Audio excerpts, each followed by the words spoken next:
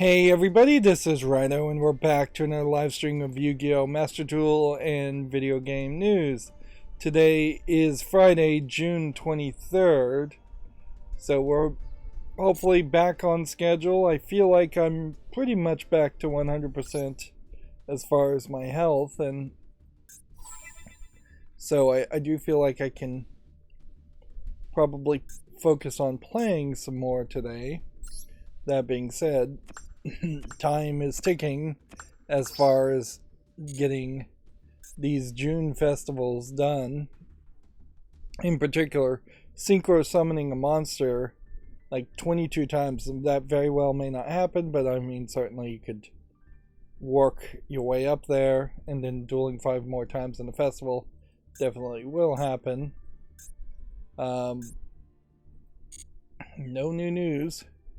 So it seems like on this Friday they are Yu-Gi-Oh! Is not trying to surprise us with anything new. Instead, I assume setting itself up for just the first of the month when, yeah, this gold pass ends in 2 days. So I imagine we'll see a whole bunch of new things available for purchase in a couple of days, and we have a decent amount of gems, but not as many as I would like. We still would have a great argument to play at least two more victories. Play until we have at least 2 more victories on this Legend Anthology deck, and then at least 1 victory here, if not 5 more victories. We're at 3,000. We'd want to get up to at least 5,500. And yeah, rank play, getting up to platinum, doesn't look like they're going to let me have any time for that. Now, in all fairness, I could say, well, I've been sick for most of this week, so I haven't been playing that much.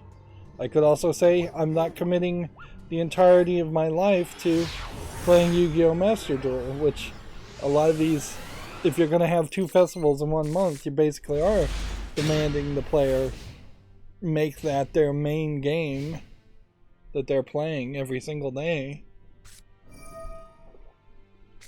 They really are just doubling down on the problem that inherently is with the 25-year-old Yu-Gi-Oh! Card game already.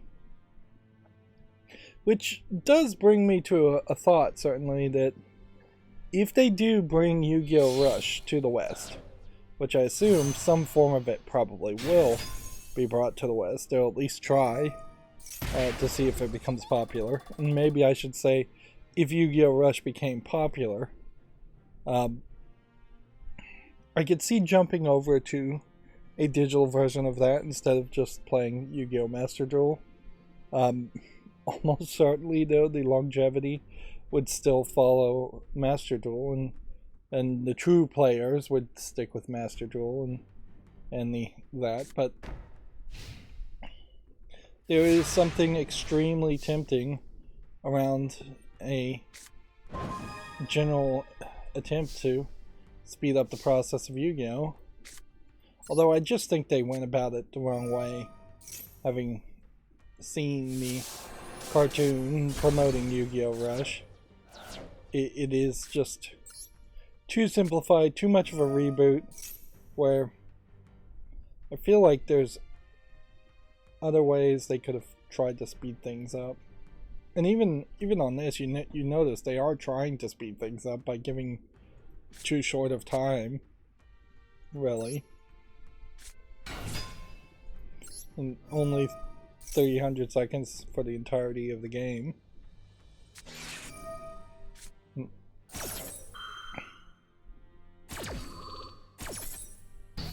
This guy feels like he actually built a custom deck just to win here. Which, yeah. Particularly for these festivals, I think they could get away from the idea of allowing you to build custom decks and make it a 100% loner deck only experience.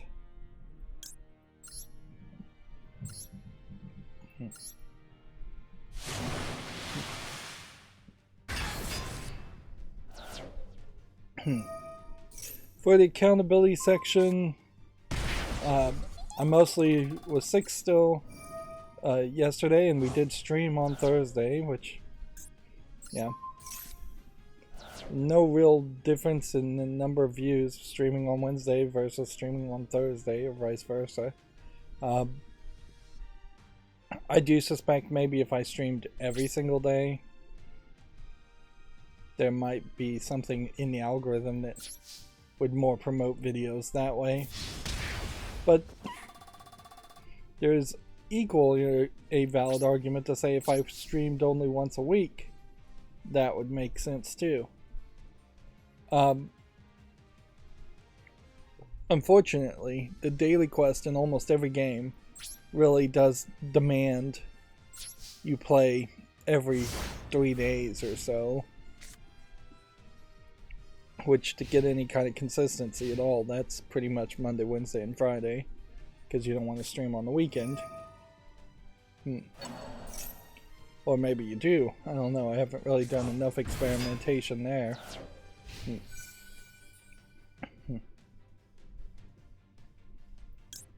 So, yeah. I don't know how I do a once a week stream, though. We've got way too many YouTube shorts that are working. If anything, the name automation has proven to be extremely better as far as the number of views. It's not ridiculously better, but I am seeing more comments, I'm seeing more views, more interactions. It's a pretty obvious thing that by automating and having unique names for each of the YouTube shorts, there's more of a reaction there. Which maybe is just a statement that check out this PC game title that I was using before was just incredibly bad. Which is also totally a possibility. Like, I have no idea what titles should be, and we're not doing custom thumbnails. That would be the next step, certainly, is to figure out a way to do a custom thumbnail. Which, for YouTube Shorts, I don't think you can do custom thumbnails anyways. They might be opening up to the idea of that and experimenting, but yeah, I don't think there'd be much of a difference there. For other games, custom thumbnails is an idea I've thought about to try and program some way to do it, but I haven't really made any real progress with that. Speaking of YouTube, I talked about Sid Alpha talking about a person's YouTube channel getting deleted. It has since been reported by Sid Alpha that the channel has been undeleted at this point, and generally they're just blaming bots, which, yeah, the bot system is a nightmare for YouTube content creators, and that's particularly ridiculous. Clearly, there should be more of a mentality where if you are making money off of crimes, you still are required to report it as income to the IRS, and the IRS, allegedly at least, won't use that information to then report you to whatever proper authority. So, like, that is always the colloquialism, at least, is that they got the mob on avoiding taxes, and that's pretty much exactly how the YouTube appeal system should be, is that if somebody appeals something on a video, that video should be whitelisted at least temporarily, from any other automated scan or detection, and it should be at least escalated to a human being, a real human being who really understands the context and isn't just going to flag something just because they want to or because they're being petty, which it literally doesn't matter one way or the other whether it's bots being petty or whether it's humans being petty. I would assume it was actually humans being petty. But yeah, the system sucks and we don't have any other options, which is almost the constant refrain for life. As you have the problem with Reddit going on right now, where the people in charge of Reddit suck and there's no other options. Well, just pretty much any system. Facebook, same thing. Twitter, same thing. Pick your personal government or governing body.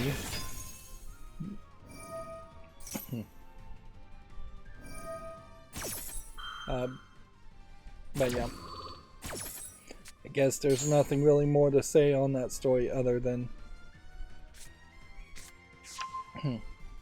it might be nice at some point if people who are addicted to YouTube, and admittedly I am one of those persons, could all get together and do like a major blackout or a day off YouTube as a protest. Maybe that would affect YouTube and Google's bottom line enough to convince them to run their business better. I can't help but think that it's still really a problem that the people that are hired by Google and that work at Google are frankly just not the right people that should be in charge from top to bottom. Like, I think there's just a lot of, for lack of a better stereotype to use, college kids, entitled, probably slightly liberal, never had to work a day in their life type college kids working at Google, that just don't have experiences of being challenged in the way to appropriately respond to that, or sympathy or empathy for other people in other situations. I think there's, in particular, basically nobody working at YouTube that actually has run a YouTube channel. And even though they've made some pretense to try to do that, they've notably failed at even doing that, because the one YouTube channel that is run by YouTube employees and content creators, to talk to content creators, has recently, in the past few weeks, been missing the main presenter person, which maybe he's out of the picture, or maybe he's taking a prolonged vacation, which other YouTube content creators definitely can't do without fear of losing their channel. But yeah, that YouTube channel also has never had to succeed and never really succeeded.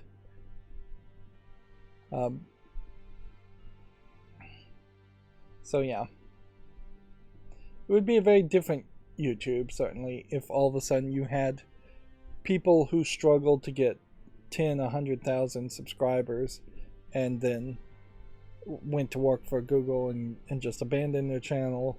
If you had straight up one or two people who were really successful, they could certainly add some input too, but honestly their input probably gets listened to already.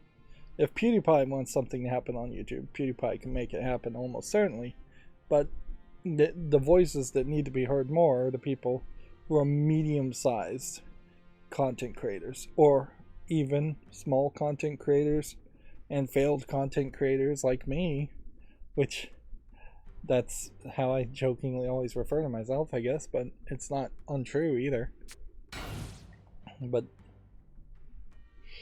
almost certainly, for the vast amount of content I've put on my YouTube channel, I have way more experience as far as what would be helpful for small, aspiring to grow content creators and what wouldn't.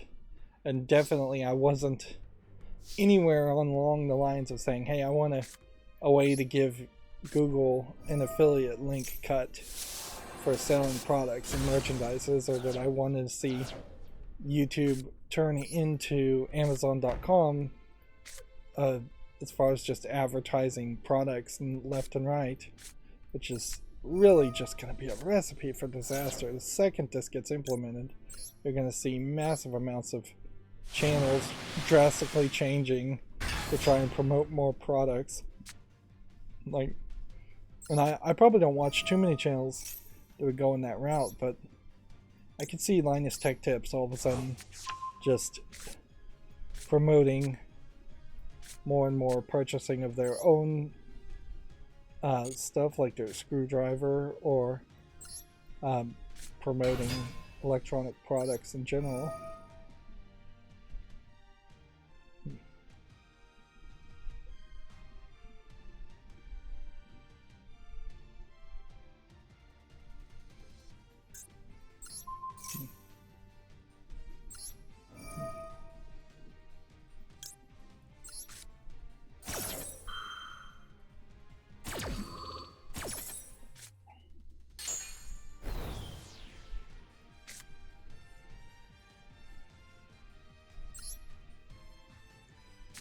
Foolish burial goods. Why would I want to...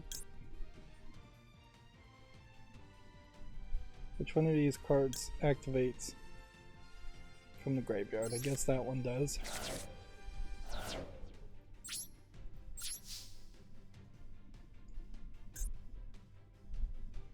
Well, I have no idea why.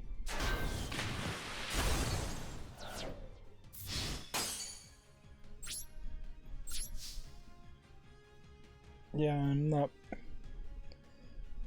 I may not be 100% there still. I'm not really thinking through what I'm supposed to do. I still really haven't learned these cards. There's just not enough time. Like, what really should happen is they should give us these loaner decks to use in free play at the beginning of the month. And then they should say in the last week of the month, then the festival will happen and you can use only those loaner decks. And then that allows the player to try and learn the cards at their own pace over the course of 3 weeks. Potentially even use the loaner decks in ranked play. And then they lose the loaner decks after the end of the month.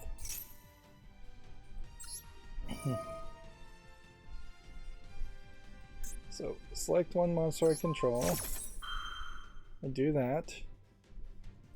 Go ahead and activate this. And that, just because we can. We're getting nowhere close to synchro summoning, so I don't even know why this is a synchro summon deck. I've won with this deck a few times, but I have not seen any opportunities to actually synchro summon.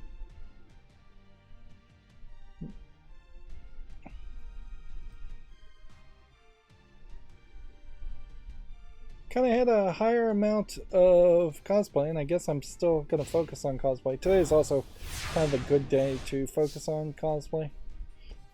Maybe I should hold cosplay off till just Fridays. This is apparently a Genshin Impact character I'm not familiar with, so looks good. You have a nice zoom in on the character. You don't really have to care too much about the background, even though this is kind of a nice fake background. You can see that it's a sheet because there's wrinkles in it, but honestly that's way better than trying to green screen green screen's really difficult to get right. You can see there's decent fashion and design in the outfit here too, and they cropped down to the hip, so I suppose maybe they didn't have any pants for that outfit, or the pants for that character are just not particularly interesting. Alright, let's see what happens if we do this.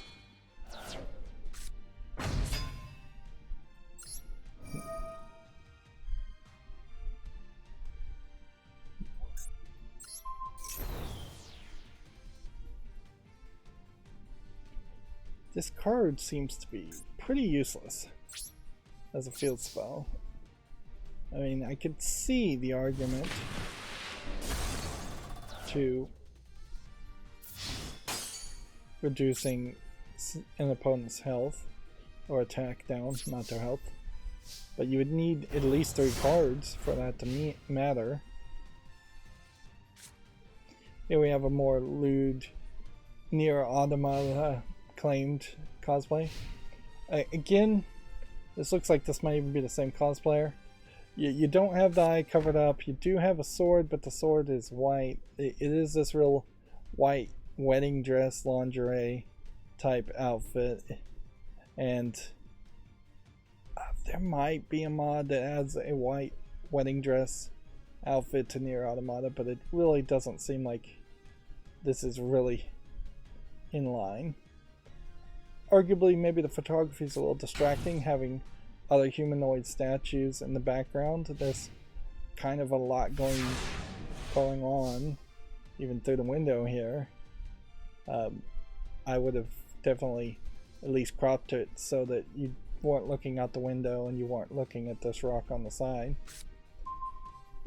As far as the actual costume, there's not really a lot here. Like, maybe this is a different piece, and you could be generous and say maybe this was fully sewn from scratch from just fabric, but I doubt it. It really looks like it was just a top piece with a sash piece that has just been sewn on here, and I assume the underwear and the stockings here and the shoes are all just off the shelf stuff. Same with the arm covers. So you're really not selling on the cosplay aspect there. Once again, of course, is that any real big surprise? No. Obviously, cosplay like that, lewd, bourgeois cosplay, is pretty obviously just designed to be titillating. And on that aspect, I guess it's doing alright. Although I might question if there's maybe a fetish you're trying to feed into at that point that may not have that big of an audience.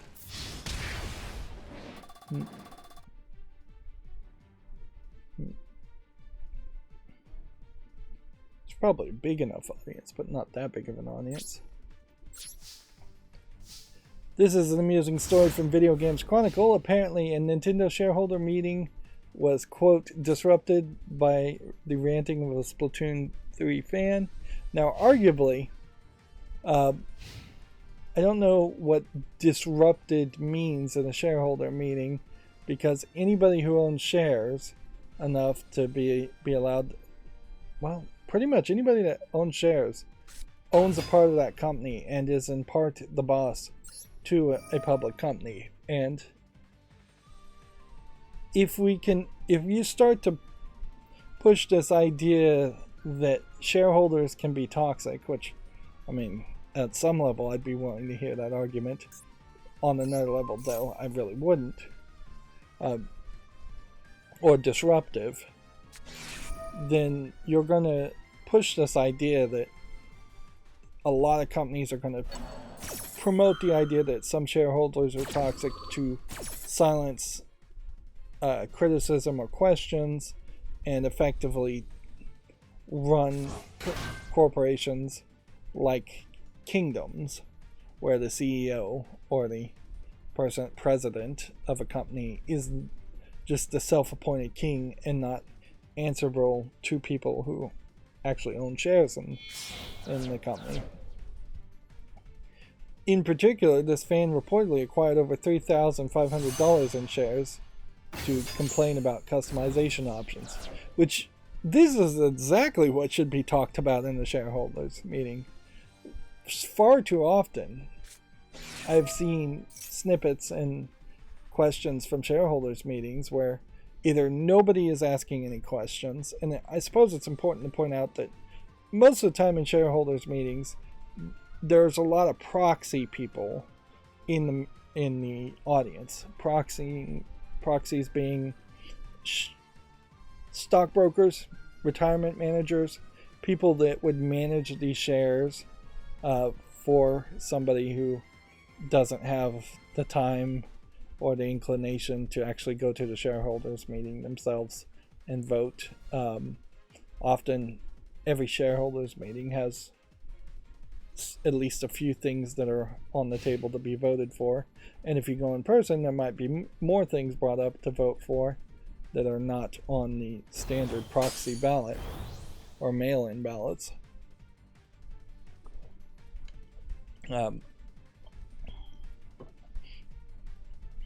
But yeah, so many times I've seen shareholders meetings where nobody is asking any questions at all, or you just have the CEO spouting off about how AI is the next big thing or NFTs is the next big thing.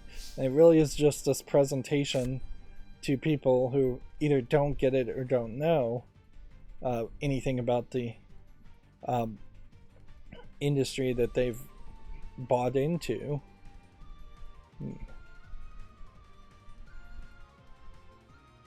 And yeah, that is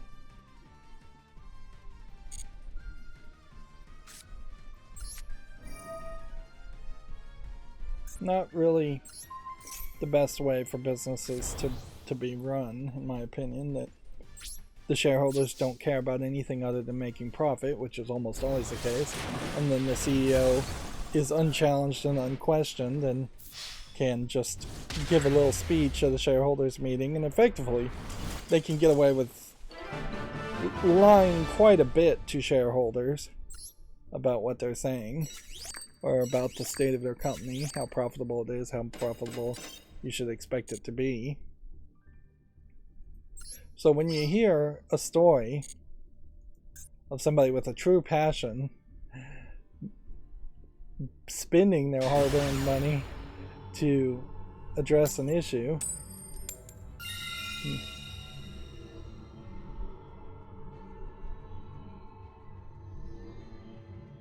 let's see.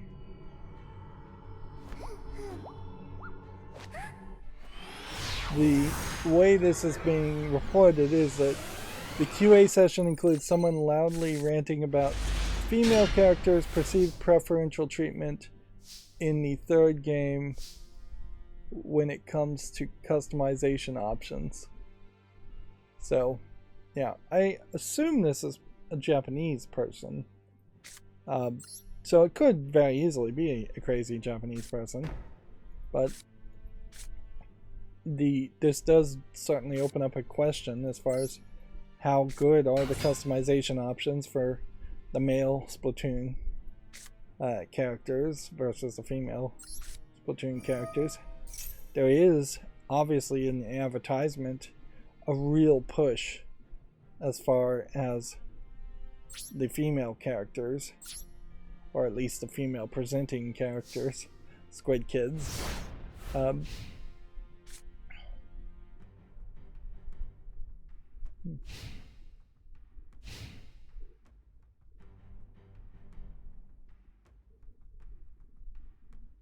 See, according to this report, the rant continued for some time, causing the Nintendo president Shuntaro Furukawa, that's the new president, to interrupt the fan and tell him this question was too long. This was reportedly ignored and the fan's rant continued. Eventually he stopped and Furukawa reportedly said, "Thank you for your interest in playing our game. We appreciate your valuable opinion." Yeah, that is a very Japanese way of not saying anything and basically saying, screw you.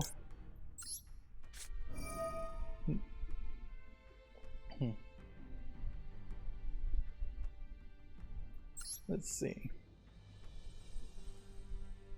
$3,570 worth of shares in yens is 512,000 yens. It points out, so this was a Japanese. Then he showed, apparently the person that is claiming to be the person who went on this rant, which we'll go with rant, says that he's sent numerous letters to Nintendo claiming that they got no response, so he decided to buy shares in the company to get a chance to raise the issue directly. According to the user, they even bought and resold items such as the Nintendo Switch OLED console in their order to raise funds for shares, despite their parents telling them to not get involved. So yeah, it does sound like it's somebody who is really obsessed about it. Remember that Nintendo has already, in particular, adopted a really bad public policy of saying they wouldn't repair Switches if the Japanese people are rude to the service people, the customer support people, which almost certainly is illegal to not honor a warranty because on the claim of rudeness. And weirdly, I think the Japanese are more siding with Nintendo than they would with the individuals, because there is this perceived demand to not be perceived as rude or not be rude in Japanese society, and I feel like corporations in Japan might be starting to use that attitude as a hammer to beat down people that they don't really want to support. Although, in all fairness, it's equally as rude, if not way more rude, to say I'm going to refuse to honor the warranty on this product just because I was offended. So it's almost like a different variation on cancel culture might be sprouting up in Japan. Man, all these actions, none of them lead to synchro summons. None of them really lead to much of anything.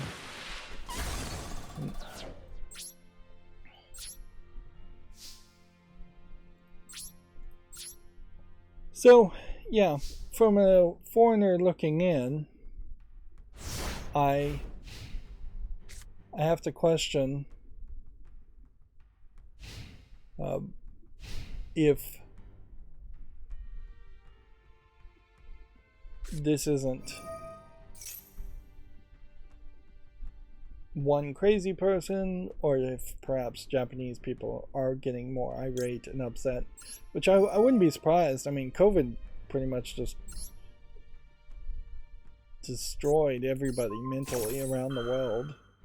Like nobody was happier coming out of 2022 than they were going into 2020.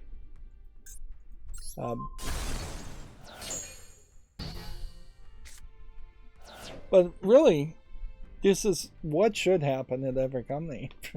This is something that should happen at every shareholders meetings of Amazon.com, of Microsoft, Sony, every game company out there. There should be somebody with an actual passion and an actual shareholder questioning the CEO. If we had, let me just make a great example here, I think. If Gearbox had been a public company, and years ago now, Gearbox has actually done a pretty good job of keeping Randy Pitchford, for the most part, quiet and not making controversy. But if at any point they had been a public company and there had been shareholder meetings and people would have come up to those shareholder meetings and said, hey, Randy Pitchford, why did you tweet this? Why did you tweet that? Why are you causing these controversies. This doesn't look good for our company. Or just some basic questions as like, why did Gearbox sell the Bulletstorm remake with no discount for people who already owned Bulletstorm? Or why did Gearbox publish We Happy Few in such a poor state? Even though really I could see that not being their fault since they were just a publisher there. Or why did they resell a piece of DLC from Borderlands 2 as a separate game and cause so much confusion and do such a bad job advertising that's what they were doing? Which I guess Wonderful 101 shows sort of the right way to do that, compared to Tiny Tina's Adventure, or whatever the first Tiny Tina game DLC was called. Or even now, get away from Gearbox. If Activision Blizzard was more of a publicly owned company, which I guess it isn't, there should be people going to shareholders meetings there asking, why is Activision Blizzard like messing up so terribly with how it's treating its employees and things like that.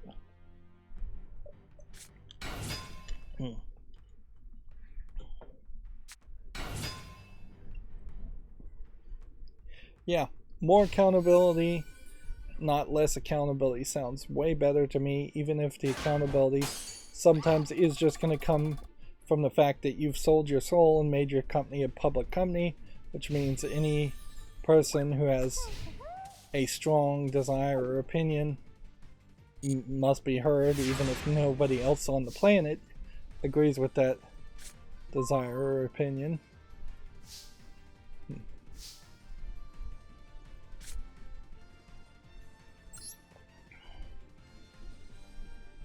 Seriously, if I cared at all about this deck, and would need to do so much more research as far as just how, out of all of these Synchro Summon cards, can I not Synchro Summon a single thing?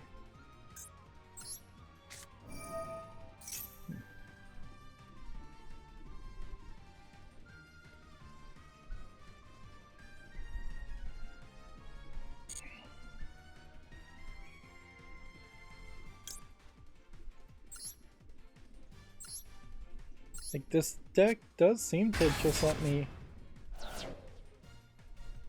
summon almost anything. Yet still doesn't feel like it works for me.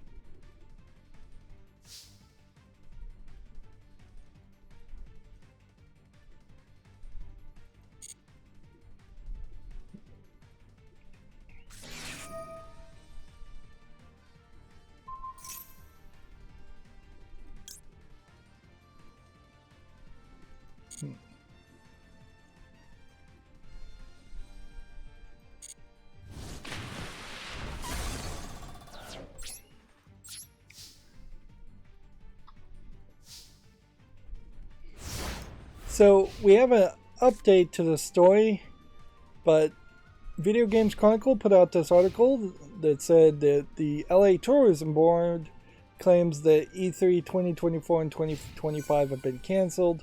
The ESA came back later and said no final decisions have been made on next year's plans. I don't really see a reason to not just go ahead and assume that E3 is dead for real. But you do have that weird problem in that the only thing that could possibly happen, and we may actually get to almost the perfect scenario here, is that we may find that the ESA has to um, it has to raise their membership fees, and mostly I think they make most of their money. Previously they made most of their money from E3, but the ESA, I think secondarily, makes most of their money through rating games. We may see a point here where the ESRB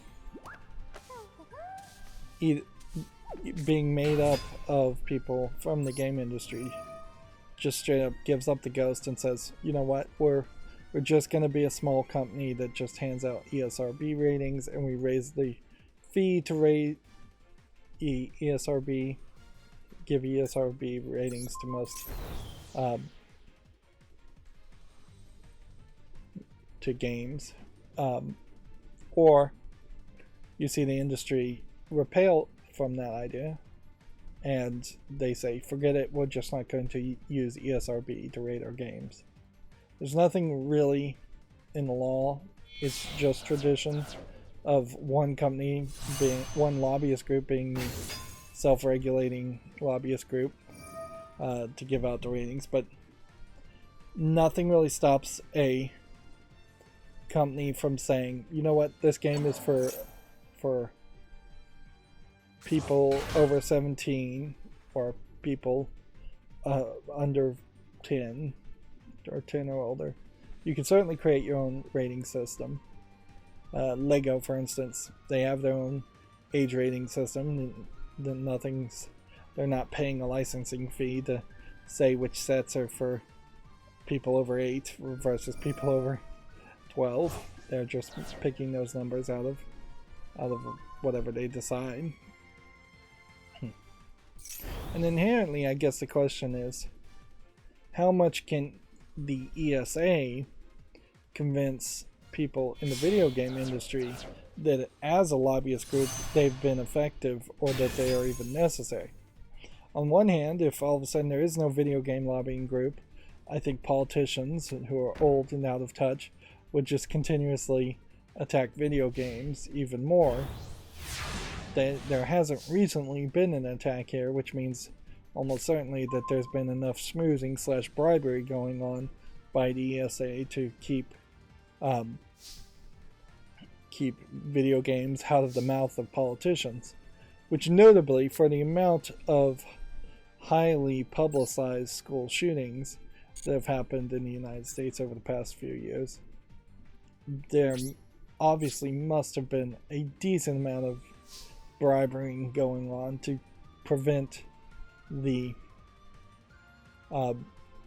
politicians who are getting bribed by the NSA also to not blame violent video games, because that was totally in the 90s the scapegoat, and we haven't heard that argument. Perhaps that's because now people are older and people who are parents played video games themselves, and so they know something like GTA 1 was not causing school shootings, and they pretty much know that nothing now is causing school shootings.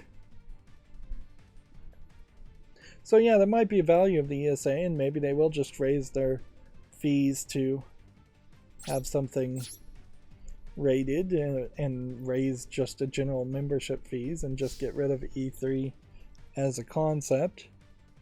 I don't think they probably want to go that route, though. They want something. What's weird is that they're not trying to make really a compromise. They did basically try to hand it over to the PAX presenters, who failed miserably too in some way. But there really should have just been, even now, an online thing, a unifying force, instead of it just being Summer Game Fest with a bunch of companies all getting together and saying it's Summer Game Fest. It should have been E3 Presents Summer Game Fest on E3's YouTube channel, effectively. I think that would potentially have worked fairly well.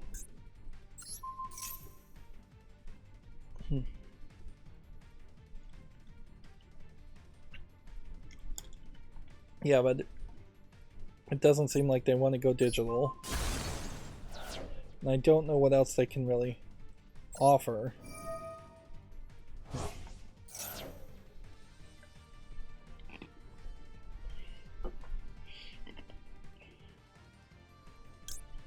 If I was in charge of E3, I definitely would have been thinking of some new things, even in the first year of COVID. I would have been thinking, how do we do this online and make this make sense? And how do we evolve E3? I'd probably get rid of E3 as a name in general, since it doesn't mean anything. The Electronics Entertainment Expo doesn't really mean anything to most people because it's just been shortened. It would be better if it was just called something like Games Fest or something like that. I don't think there's been any real presentation of anything that wouldn't just be a video game at E3 in a really long time. So it's hardly a case that little toy electronics are being shown at E3.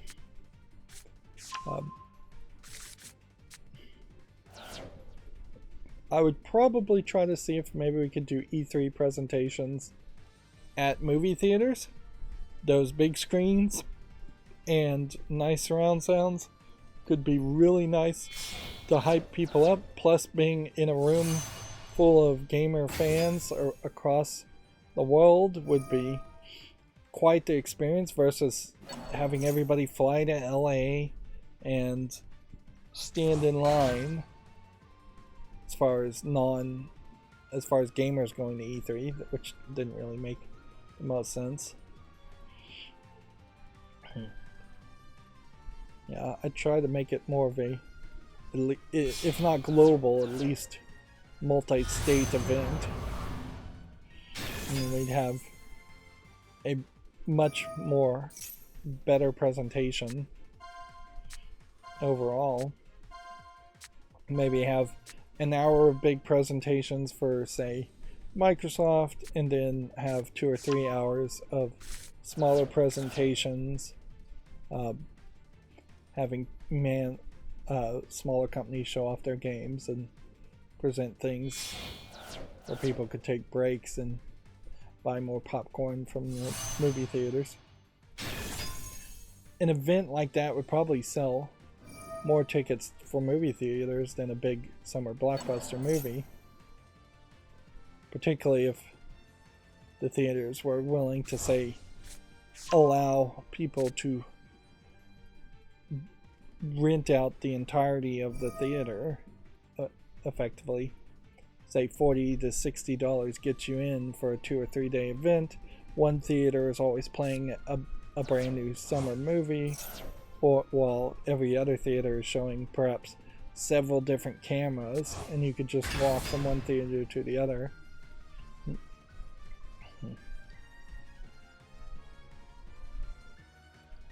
But instead of that reality happening, apparently E3 is dead. We'll see if they're going to do anything else. Apparently Bethesda's Indiana Jones game is now an Xbox console exclusive. It's been confirmed that the title was originally planned for multiple consoles. Publisher boss reveals in court. This is the first day of the FTC trial. So this was Pete Hines being brought into it. Brought to court. I almost certainly saw when this was announced, this Indiana Jones game, but I've completely forgotten about it. And as far as I understand it, if Dial of Destiny isn't out in theaters right now, it's out in like a week. And clearly this game is not out in a week. They didn't put any teaser or anything around it.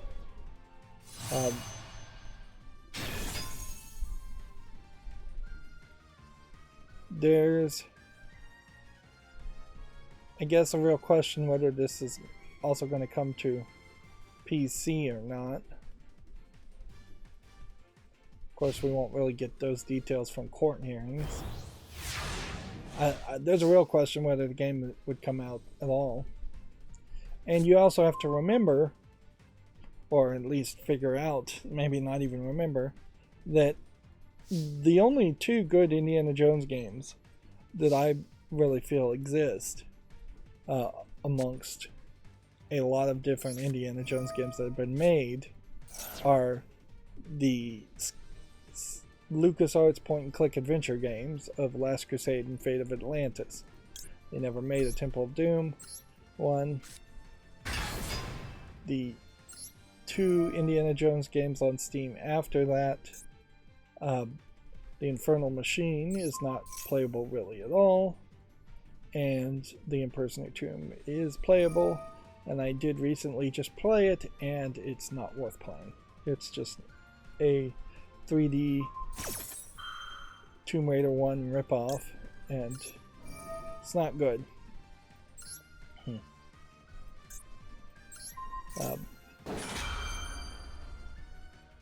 So, when you have potentially that history, which that is ignoring the history of the Indiana Jones games that were really, really difficult on NES, Super NES, and Sega.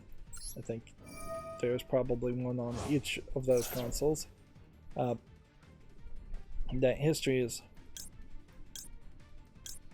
being not that good. I'm not sure what you really would expect from an Indiana Jones game now.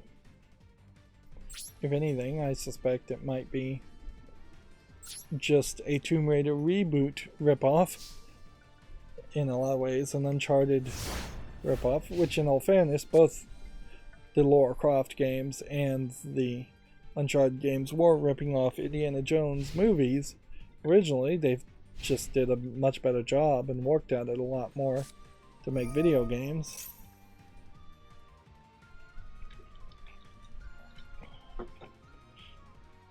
I still suspect I have like lifetime numbers of activations for traps, so.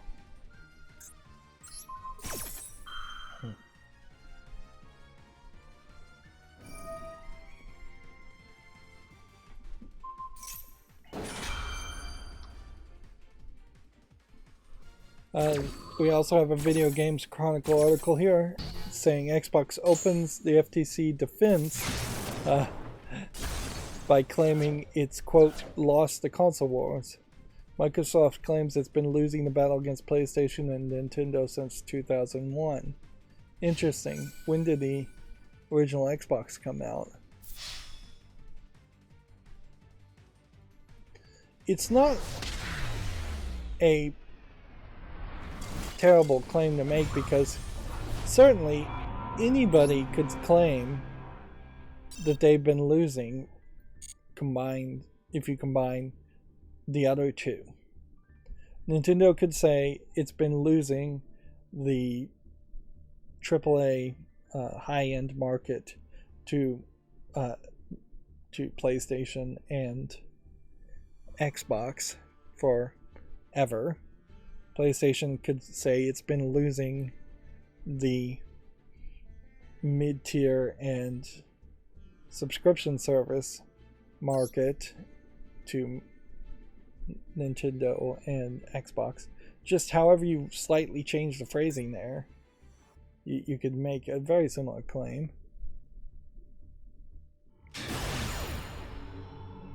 Let's see. So the lawyers immediately come out and go, Xbox has lost the console wars, which that definitely is something you just wouldn't even use that phrase in court, because the judge is going to go, what's a console war? This is obviously an opening statement where the judge is not really going to even pay much attention or question things, but obviously this was a phrase that they decided on. Xbox has lost the console wars, and its rivals are positioned to continue to dominate.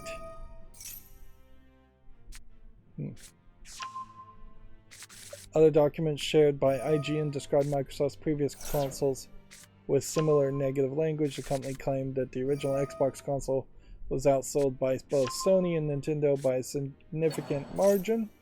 Probably true. I mean, Xbox would have been out around the time of the Wii and the PlayStation 2, I imagine, and claimed that it hasn't stopped losing the console wars since.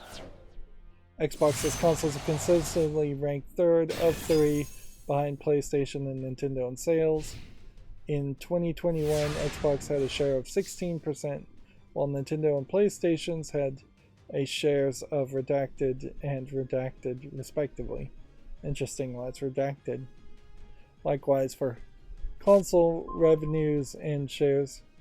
So this is one of those examples where it's redacted because the information was subpoenaed from Nintendo and PlayStation directly, but just because Microsoft's lawyers have that information, they technically are supposed to firewall that off and not give that information to Microsoft to give them an advantage, and they definitely are not supposed to just publicly announce what that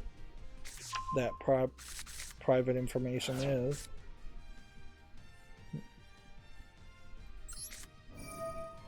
What is the point of equipping cards?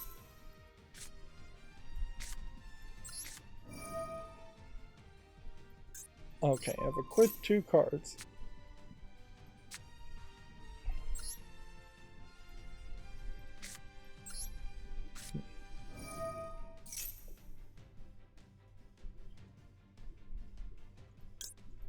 I'm just trying to go down the list and special summon everything. None of that leads to a synchro summon. What is this gonna do? Nothing. It did absolutely nothing. Yeah. I think I'm done for today as far as playing, so let's just speed up our own inevitable demise. I guess maybe that does something.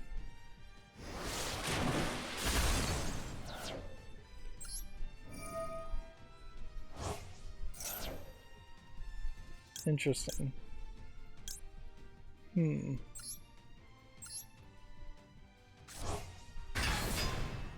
Interesting.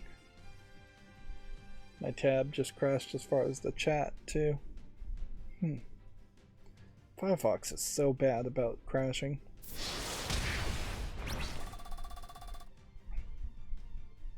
But also I don't want to go back to Chrome, so whatever.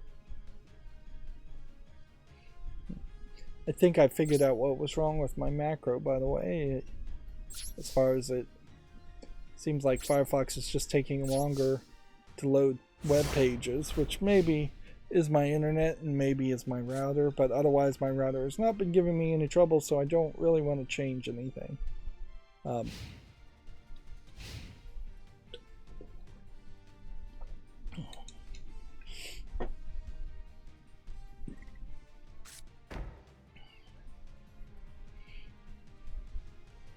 Let's see. Likewise, for console revenues and share of consoles currently in use by gamers, the quote installed base, Xbox trails with 21%. So from 2021, they're at 16%. They've climbed to 21%. They've been claiming to be losing since 2001. There's different numbers, have to keep in mind.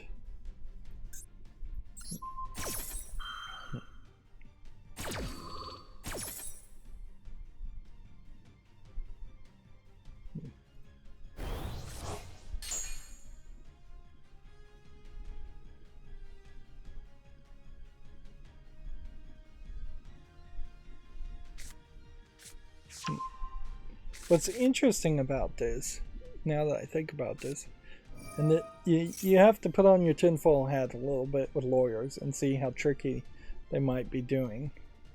because this may be worth millions of dollars to say this, and it may not really seem like it, but it may really be worth millions of dollars to them to say this, even if they lose the court case. Xbox trails with 21%, while PlayStation and Nintendo have their shares of redacted and redacted. So they're redacting the numbers that they can't say, but they could also have been redacting the numbers for them, this 16 and 21%, and they've chosen not to do that. There's nothing forcing them to reveal that information to the public. This is great information, certainly, to speak to a judge, but what they've said is that effectively in 2021, 17% or more of the share was going to PlayStation, and Nintendo was getting the remainder of 100% there, because you probably wouldn't name Nintendo first unless they had the bigger share. So do we know what Nintendo's percentage is? Well, we know it's at least 18%, and if we were to guess, it's probably about 30%. So you've given out a decent range there, because there is also room for there being other players, but these numbers seem to pretty much indicate that they're splitting it straight from 100%. So yeah, give 42% to Nintendo, give 42% to PlayStation, and then they've switched it around here, and they've said that PlayStation beat Nintendo at some point, or that's what they're implying by listing PlayStation as the bigger number. But they've also said that they both probably lost some percentages, because 5% went from PlayStation and Nintendo to Microsoft.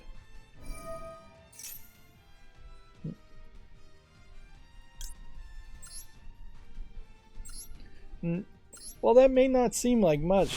That very possibly is worth millions of dollars to just give an insider to look. Of course, it would be worth even more if the lawyers accidentally did leak that information to Microsoft officials, or if they leaked that information to the public and embarrassed Nintendo or PlayStation, or created a larger amount of competition between Nintendo and PlayStation, which arguably there isn't that much competition between Nintendo and anybody, because they have a lot of first-party titles that can't be gotten anywhere else. Their Nintendo Direct definitely showing that. Which, by the way, on the Nintendo Direct, I was looking at the Luigi's Mansion New Moon, which is the second game remake being announced. And it turns out, I guess, on the eShop you can buy Luigi's Mansion 1. So, theoretically, I guess, if I buy from the eShop Luigi's Mansion 1, then I could play the remake, then I could play Luigi's Mansion 3. There is a very good possibility that Luigi's Mansion 1 is just not good enough to really go back and play, and maybe you should just wait for the remake of the second game, or just skip to 3. It's a weird backwards way to release remakes, certainly.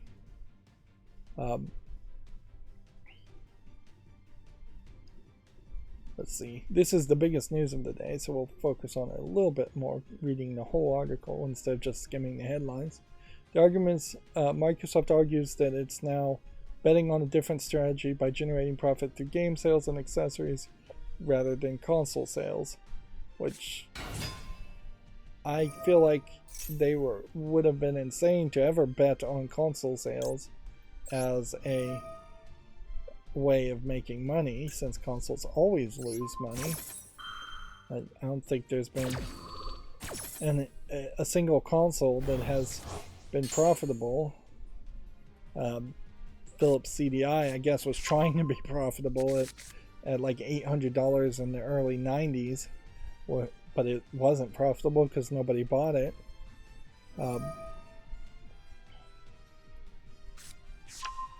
If anything, Microsoft should argue that they're going a different route because they invested heavily into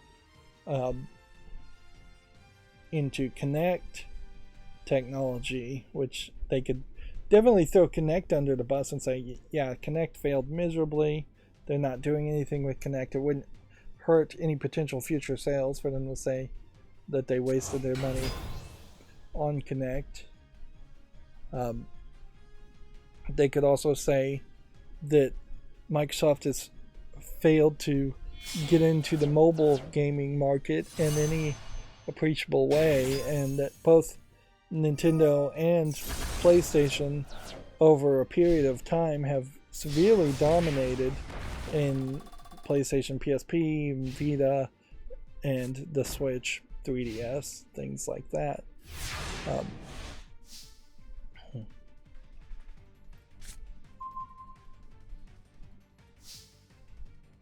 As far as Microsoft selling accessories, I guess they do have a decent amount to argue as far as the Xbox controllers and the Elite controllers. The disability controller was actually not Microsoft. They were just licensing it, so you can't really claim that one. But that's about it. And Microsoft's game sales, they could also certainly paint a pretty poor picture as far as first party and second party game sales too over the right period of time, if they're just picking the perfect time slice to mention.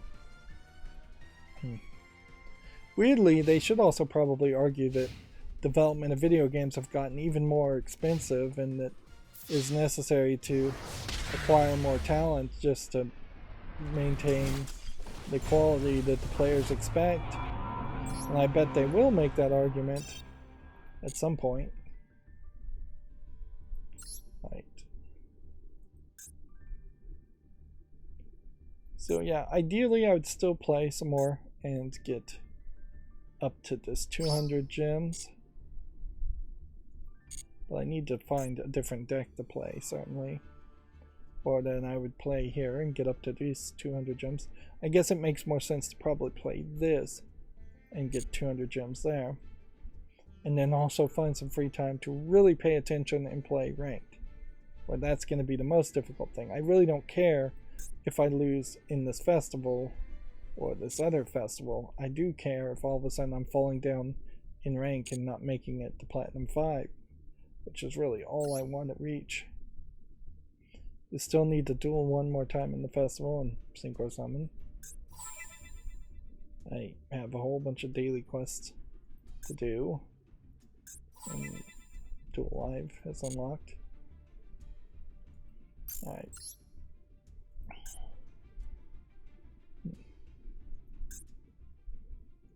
Let's try this. Clearly, if I get 2 victories quickly on this, I shouldn't play any more of this festival. The legacy packs in particular are not worth it.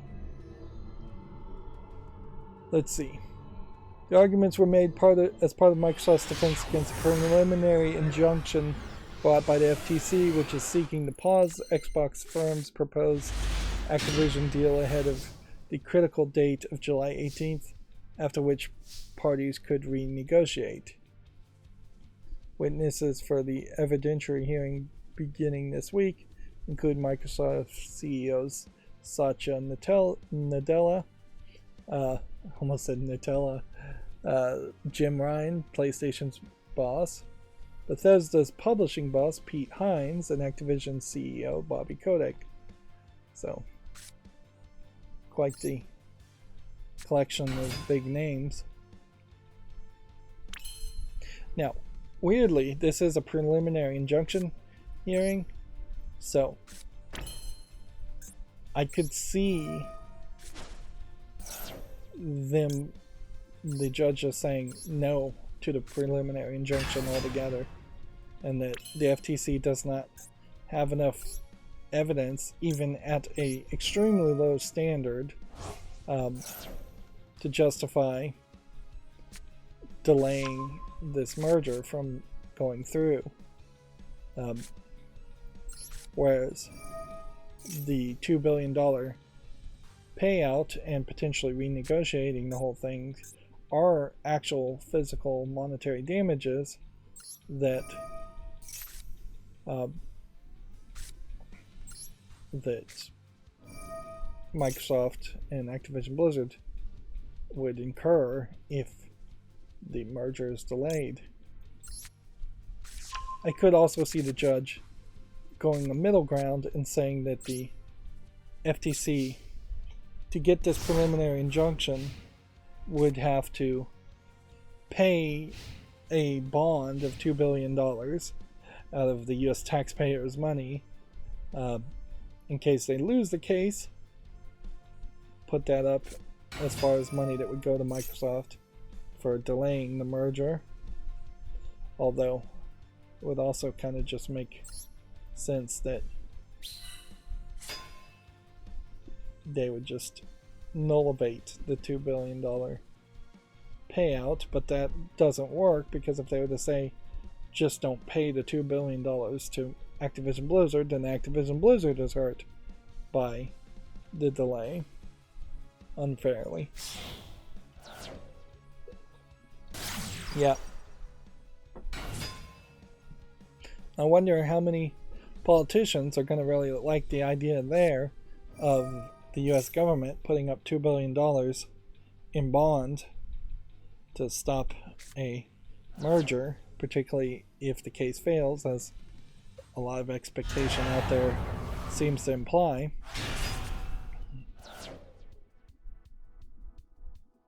We definitely know that the FTC is gung-ho to stop these mega mergers, and personally I agree with them, and I would like to see it succeed. It would be better for society overall, but I wouldn't put a lot of faith in that happening.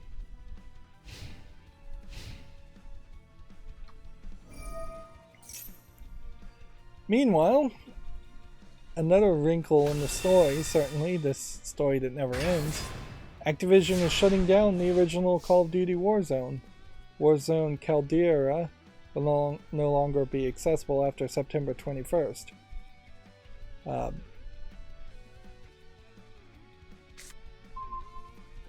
Which, yeah. So it kind of doesn't matter if the mergers go through or what happens, really, because Activision is still going to be Activision and do whatever Activision wants to do. So, yeah.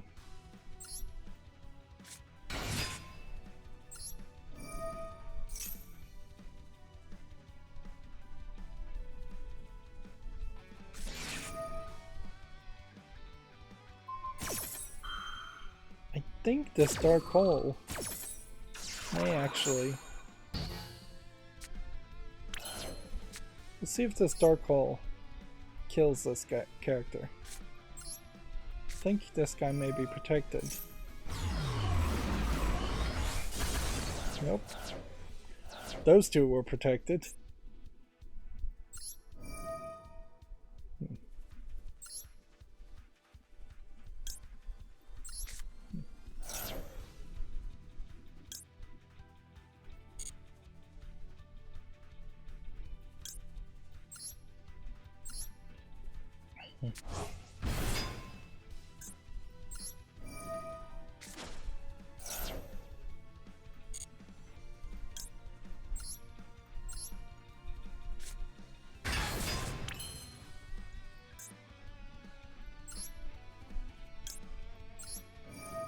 Just activating everything here. I don't know if I have a real legitimate reason for liking this deck, but it does seem like I do more than I probably should.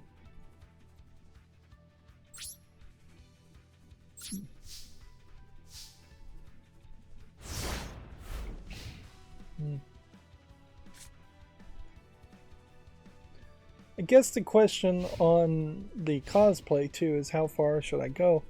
Because like really this should may contain mature content, and I should probably keep this till the very end if I'm gonna look at cosplayers. Because here we have a cosplayer of Tifa with red eye contacts, but then she's lifting up her shirt to show a lot of underboob.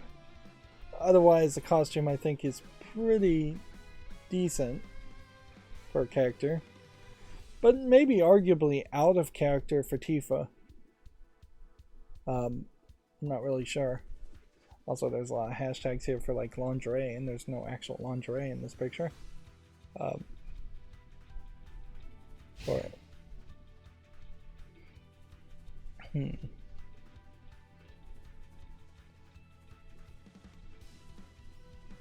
Yeah. Let's go ahead and activate this and see if we can do this.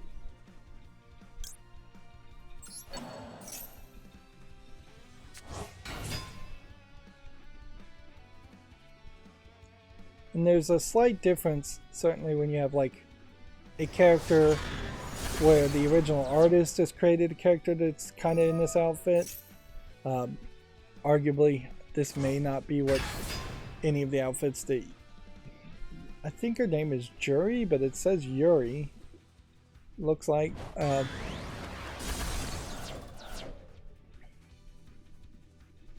this outfit and costume doesn't seem as well designed, per se, for what little there is.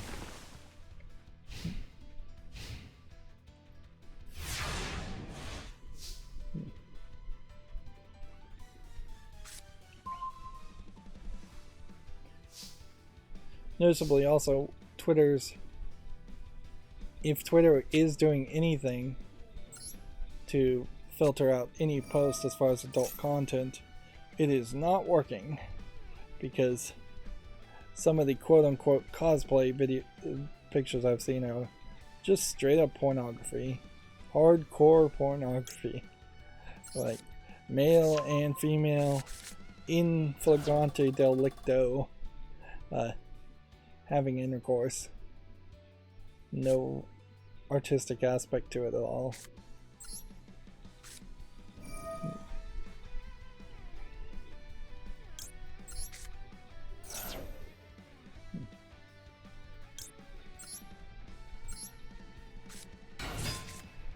Not that I'm really against that, but it does create a weird situation.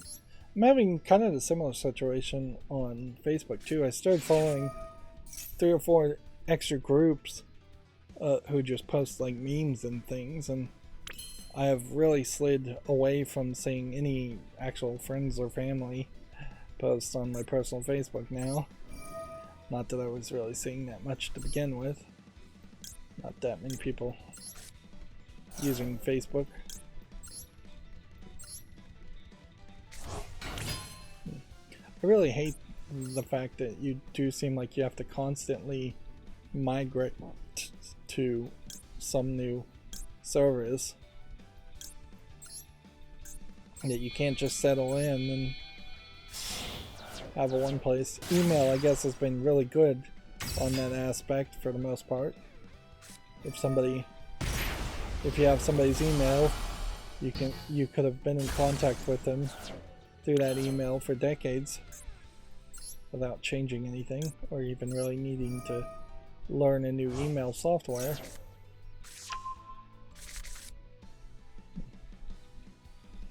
This will have to be our last game, otherwise I'm going to go too long.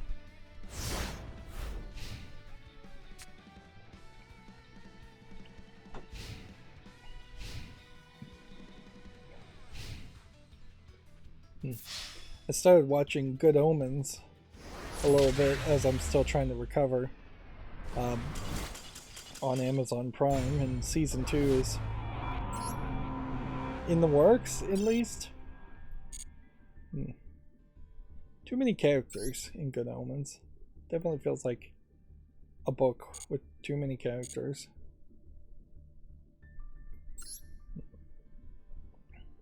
So we got the Duel Festival. We got a couple of the daily quests done. We've got the login. Notably, on the login, we've dropped the ball quite a bit. 6 days left, meaning that I missed 6 days on the daily login. Yeah, I think I'm getting closer and closer to also giving up on Marvel Snap at this point. It's just taking too much effort to stay up with it with that new conquest mode. I'll probably give it a month or two. Here we have a cosplayer doing Final Fantasy IV Rydo cosplay. I am unfamiliar with this character, but I can see while this may just be kind of a generic green wig, they've done some feathers and jewelry and stars and really decorated and made this outfit from scratch. It looks like a lot of effort put into this, and this is the kind of cosplay that deserves a lot more attention. Yes, the photography is not great and the background's not great, and you almost should expect that from people that are actually sewing things together and putting a lot of effort. Fabric and decorations and sewing equipment is not cheap by any means. This is pretty much a major commitment to be able to learn how to do this or even do this. And it's definitely a shame that a lot of these kinds of cosplayers who are really about the fashion and designing costumes get completely ignored in favor of somebody who's just putting on some lingerie from off the shelf and showing off a lot of skin. And even at that, you have to embody the character correctly. So if you told me this Rydia character does not have cleavage showing and she's added that, then I'd say that's out of character. But then you also have a lot of anime characters that are originally designed to have a lot of skin showing. Although inherently, I wouldn't blame anybody if they made an outfit that actually covered up a character. That wouldn't be too crazy, frankly. If you could make the character still identifiable, but you covered up the cleavage a little bit, that would be fine. Here we have an Elden Ring cosplay for a Melina, which this is, I'm not even sure if this is a real photograph or if this isn't just straight up painted and drawn in a computer software, because it has clearly some effects added to it. You can see in the background here there's like these brush strokes and things, and it just has an unreal appearance to it, which would take really good photography or just Photoshop skills. If we were to assume this is all real, then this is a massive amount of like under padding and cape work and armor work and prop work. Again, if this is real, is actually an amazingly good piece of cosplay.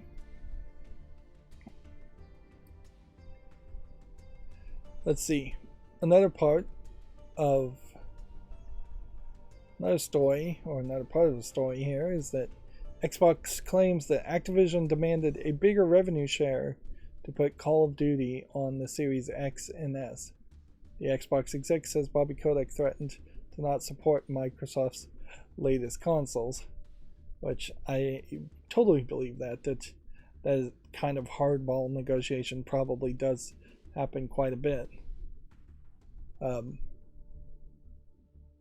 This is according to Xbox corporate vice president Sarah Bond, also again being testifying, well, or being subpoenaed for the case. So basically they're going to try and write a story, it looks like Video Games Chronicle is, around anything that is even slightly juicy said in these court hearings. And we are going to definitely start to see some names that we just don't recognize. As far as a Xbox corporate vice president, Sarah Bond. I have no idea who that is. Like, I don't know if she's ever even been on the stage or done a presentation. Even the president of Microsoft, Satya Nadella, is not particularly seen that often. I don't know what the court is really supposed to take from that, or what an individual person is supposed to take from that, though. And that Activision demanded a bigger revenue share, probably got it at some point in the past, and now Microsoft is trying to buy Activision. Like, are we supposed to assume that this is the acquisition is a plot in a way to acquire Activision Blizzard and fire Bobby Kotick? I wish. Most people wish that Bobby Kotick being kicked out would be great, but they've said the exact opposite, that he would be kept in, and he probably is going to get some golden parachute. So even if they did try to kick him out in the first year or two, it would not be that punishing to Bobby Kotick. Yeah. On a certain level, acquiring people who could demand higher revenue shares or hurt your console by going exclusive the other way, which we've seen other games go exclusive, and almost certainly other games have made the exact same demand, maybe fairly, but maybe unfairly. Maybe Microsoft is taking a big cut. But yeah, don't know what you're supposed to do with that information. And then, yeah, I wanted to mention Gearbox again. That they really don't feel like they've tweeted much, so they're retweeting Gearbox Loot, which is having a sale on plushies of Skags. A 72-hour flash sale, $10 off all Skags. Otherwise, they seem to be pushing Remnant too, which I really wouldn't even have known, or Blank. That they definitely aren't talking about Borderlands anymore, so I guess Borderlands as a series is either a Borderlands 4 is being developed, or that series has just been put on the back burner.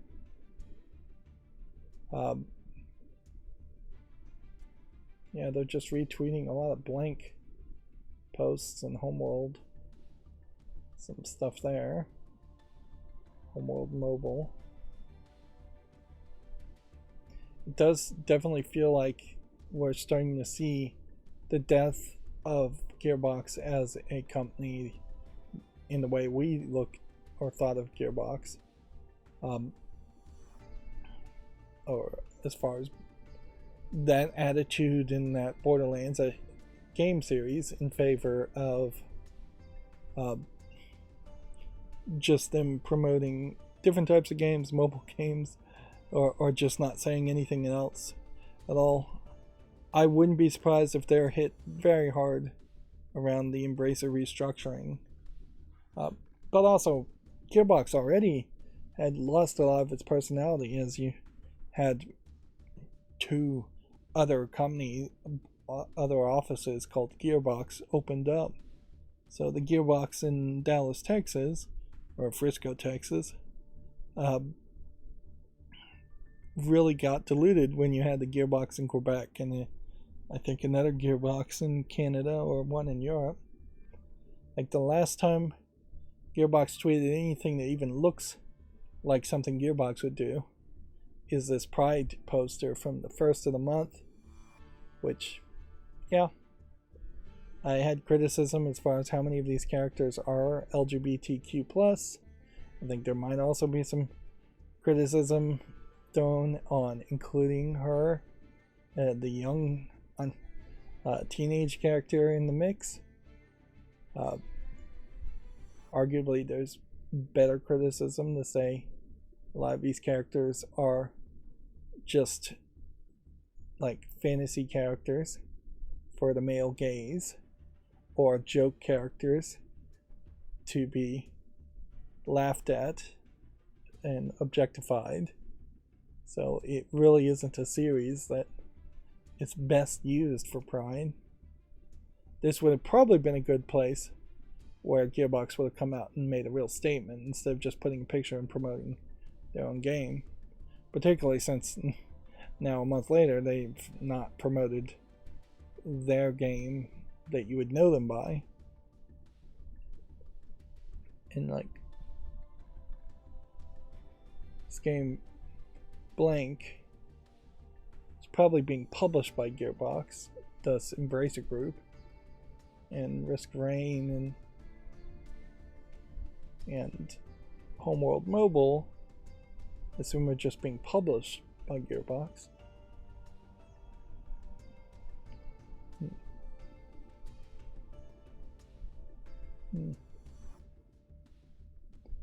Yeah.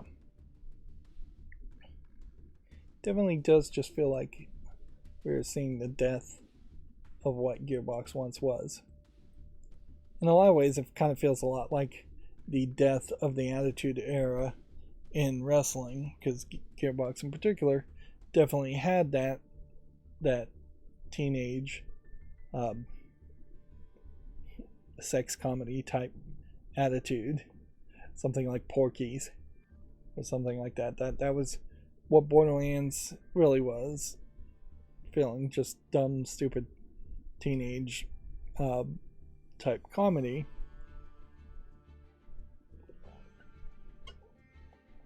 And now they've become this publisher that's just publishing weird indie games that seem to not really have a consistent feel.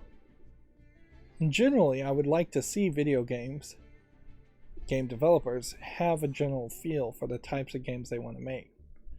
Even if it's not the kind of game I really want to play, the Life is Strange developers at least did a good job of staying within the realm of what you would expect from them for many years there. And the Diablo creators have done a pretty decent job of staying within the realm of making Diablo games that feel all the same. There was a small controversy around Diablo 4 in that they came out and said something that I think everybody should have already known, that once the season pass or season ends, your character resets and you have to make a new character. That was kind of obvious to me that was the whole live service part of this game, is that you were going to basically be reset back to zero, which seems right in line with the game. I think it's called Path of Exiles, where their servers reset and your character resets. That pretty much guarantees that I don't want to ever play Diablo 4, because I don't want to have to be playing a game on somebody else's clock or calendar. And it's pretty much the same reason why I haven't wanted to play Path of Exiles. But for the fan base that actually do like those types of games, that's pretty much what they expect. So I'm not surprised by that. I don't know why so many other people were surprised by that. I think they were pretty obvious about that they had said it straight. But maybe not. Maybe I just made an assumption. Video Games Chronicle articles. I went back after running my macro and closed a lot of tabs that we'd already discussed, so we won't have that much news today. Like, this really isn't going to turn into a super long stream, which is fine. I'll just play off screen on Yu-Gi-Oh!, which is what I need to do anyways. Metal Gear Solid's Master Collection might not support keyboard and mouse on PC. Briefly accessible Steam pages reportedly stated buyers will need a controller to play. I guess the question to ask here is, have these games, Metal Gear Solid 1, 2, and 3, ever been on PC before?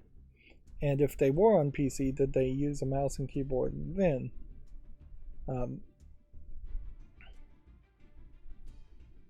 At a certain level, I don't know if that many people will care. But maybe they will. Yeah. So mostly, I guess this is rumors and speculation, since there's no real evidence that what is stated now will be what is stated later. But yeah, that's one of those things. If I was one of those kind of YouTubers that was just always looking for comments, I'd say, look, let me know down in the comments if you need to or want keyboard and mouse support for Metal Gear Solid series. PC gamers in general, yes, always do want keyboard and mouse support, but there's plenty of games that do require a controller, and I am, I guess, weirdly on the other side of the argument, where I mostly want to play games with a controller, unless it is a point-and-click game or a cart game, something where a mouse makes a lot more sense. Guess we'll leave it at that. The next free Epic Games Store titles have been announced. The Dungeon of Nilobek, the Amulet of Chaos, will replace Hunter Call of the Wild. Bethesda reveals new details about Starfield, its quote best feeling game ever. Todd Howard discusses accessibility options, jetpacks, in-game radio stations, 30 frames per second and more. Honestly, you probably shouldn't even listen to anything Todd Howard has to say, though, so maybe it's better just to ignore this. In a lot of ways, it is very reasonable to say just take an anti-hype pill and fight the urge to actually listen to any of this.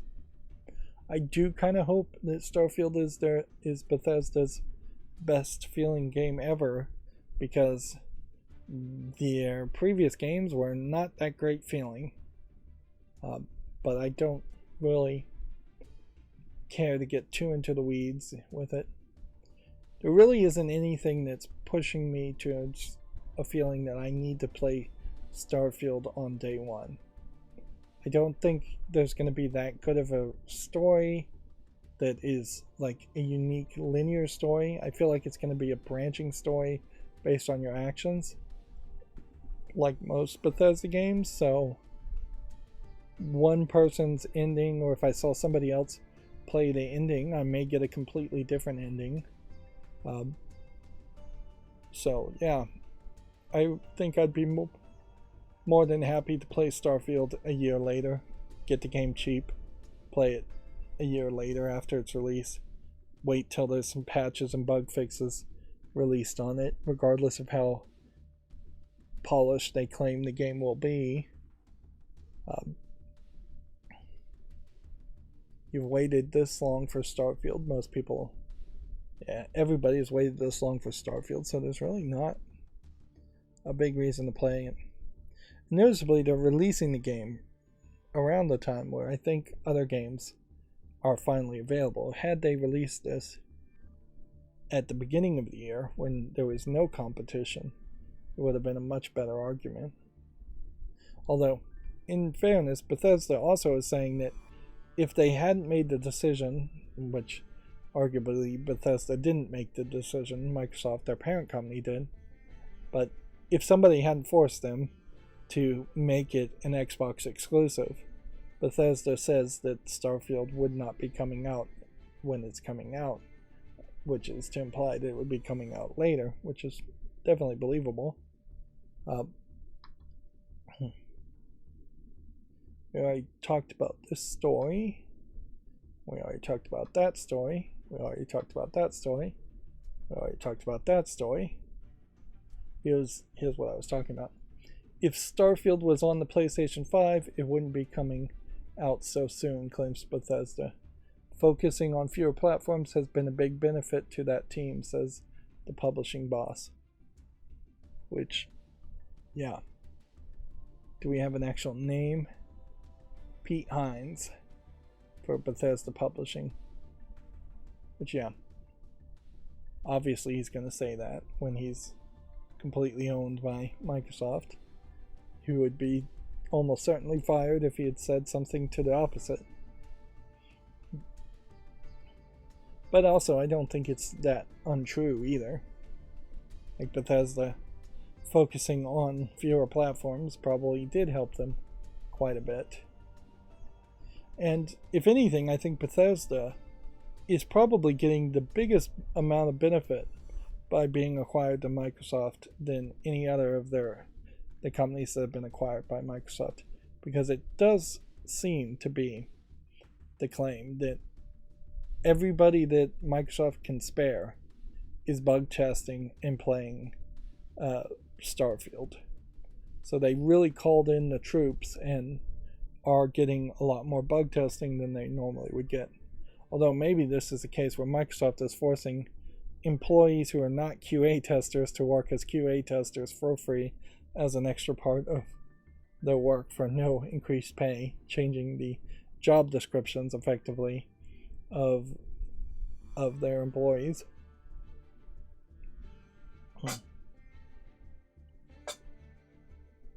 Right.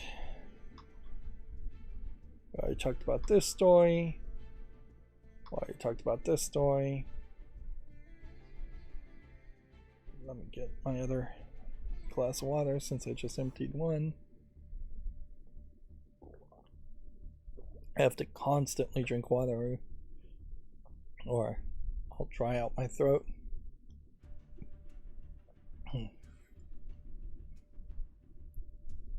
Yep. I haven't seen anybody in the chat too often lately. Probably because I'm streaming at inconsistent times, maybe because of the chat rules. It does definitely feel like it's a catch-22. If I make the chat rules the way I want them to be, it seems to stop people from wanting to chat, which is not my intention. If I leave them too open, the chat gets flooded with almost completely nothing but nonsense.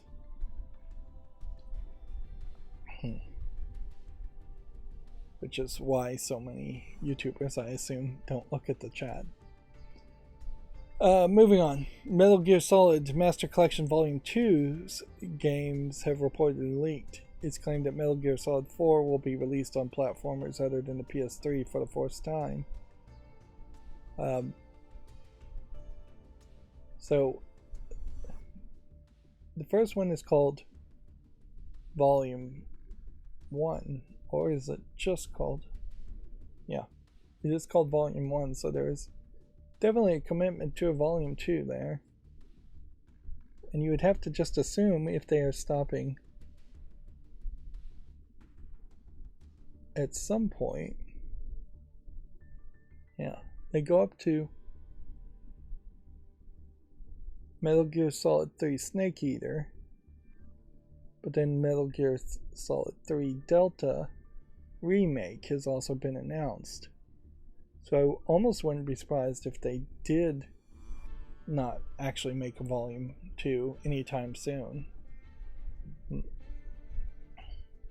instead just made remakes, and they just called everything up to Metal Gear Solid 3 a Volume 1 collection.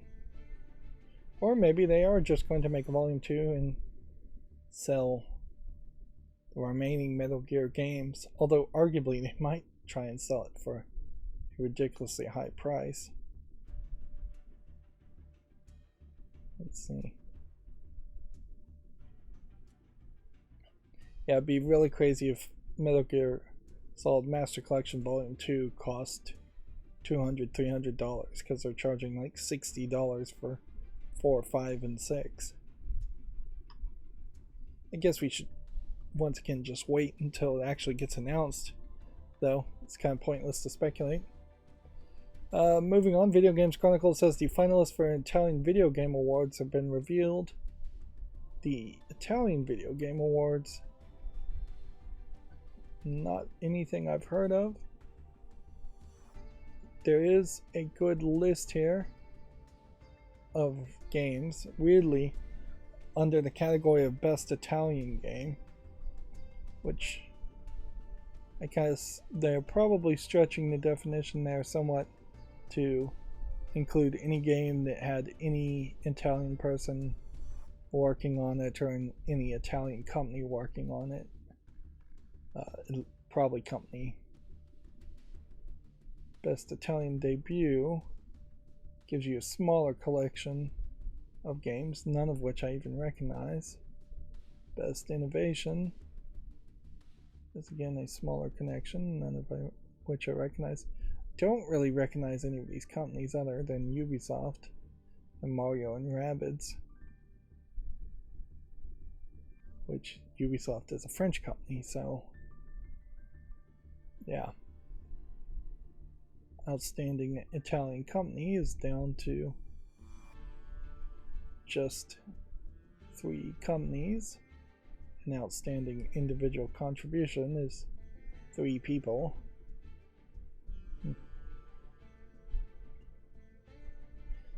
Generally, I think there probably should just be a European Video Games Awards. It's going to get really crazy. If you had like the Ukrainian Video Game Awards, you'd have to give it to every award to just the creators of Stalker games, basically. I don't think there's another video game company in the country. And then, yeah, some of those countries in Europe probably don't have any companies, video game companies at all. Moving on, Guerrilla has added a Lance Redrick Memorial on Horizon Forbidden West. This was the voice actor that died fairly suddenly about 6 months ago, I would say. So yeah, he died in March at the age of 60.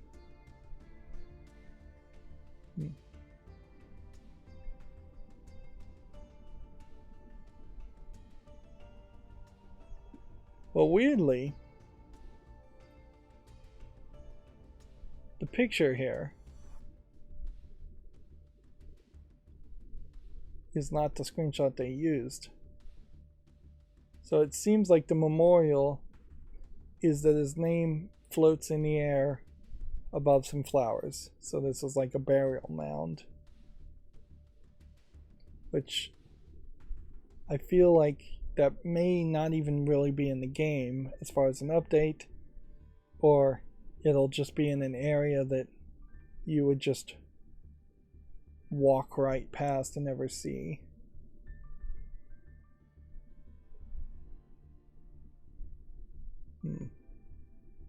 There's a video here, but I'm not even going to bother to click on it.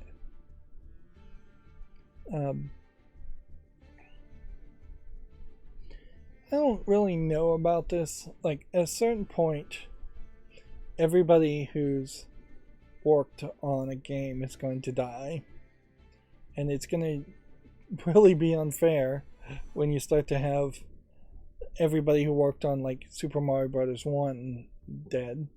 A game like that, you really couldn't go back and add a memorial to it because it's not online and not easily patched. Plus, it just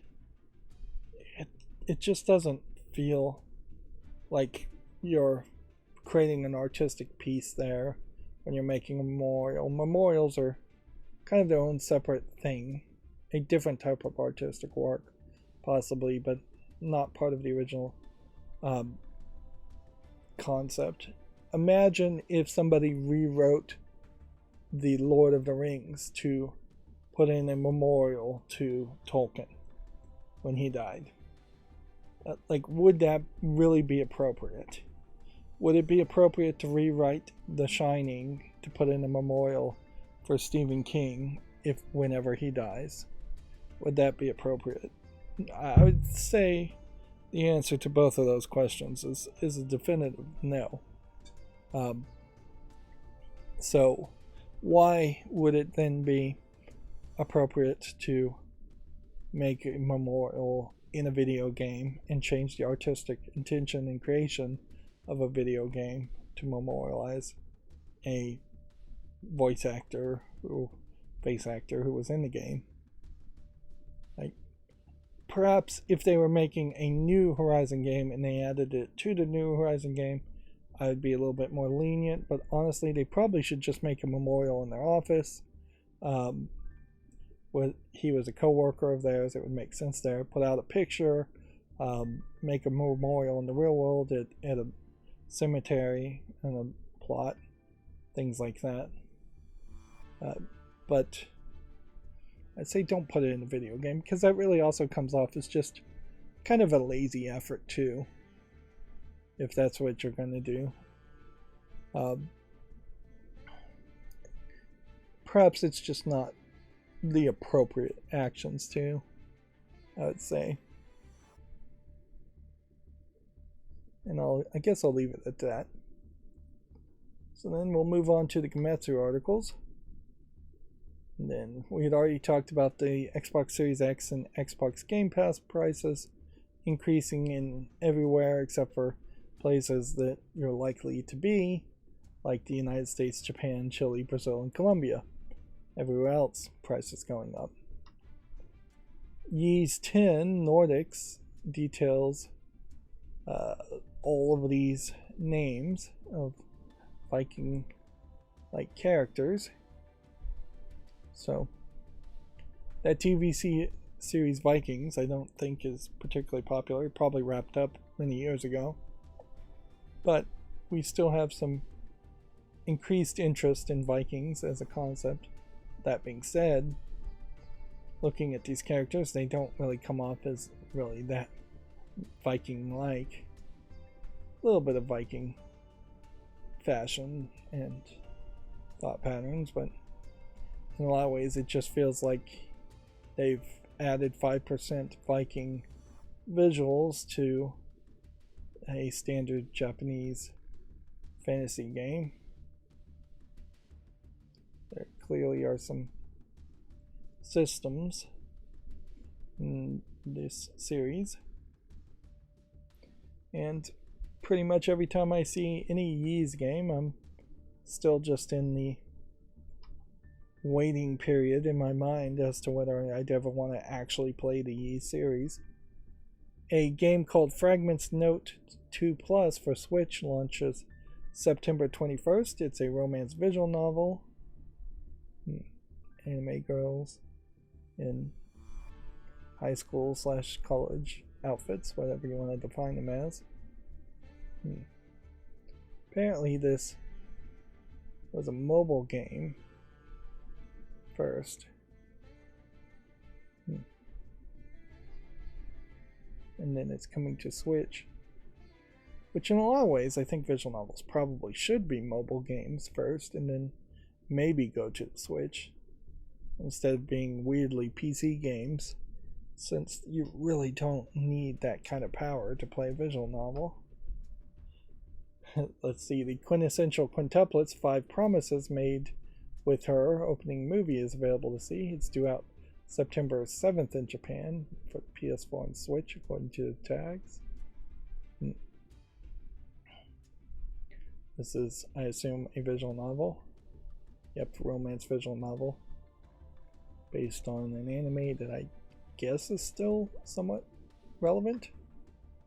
Quake 2 Remastered and has been rated in Korea, which is expected to possibly be a QuakeCon 2023 announcement. I don't know if we really need QuakeCons or BlizzCons. If anything, that's the one thing I would like to see die, is individual events that are fan events that are outside of being larger events. I'd like to see QuakeCon and BlizzCon evolve into a spring game festival where many companies come out and talk about mini games, or a winter game festival, something like that, whenever would be the most appropriate. Roller Coaster Tycoon Adventure Deluxe has been announced for PS5, Xbox Series, PS4, Switch, and PC, due out later this year. I don't know what the Adventures subtitle there means. It's going to be an Epic Game Store exclusive. If anything, it looks to me like it is just a roller coaster tycoon type game. It doesn't feel like there's any real difference there.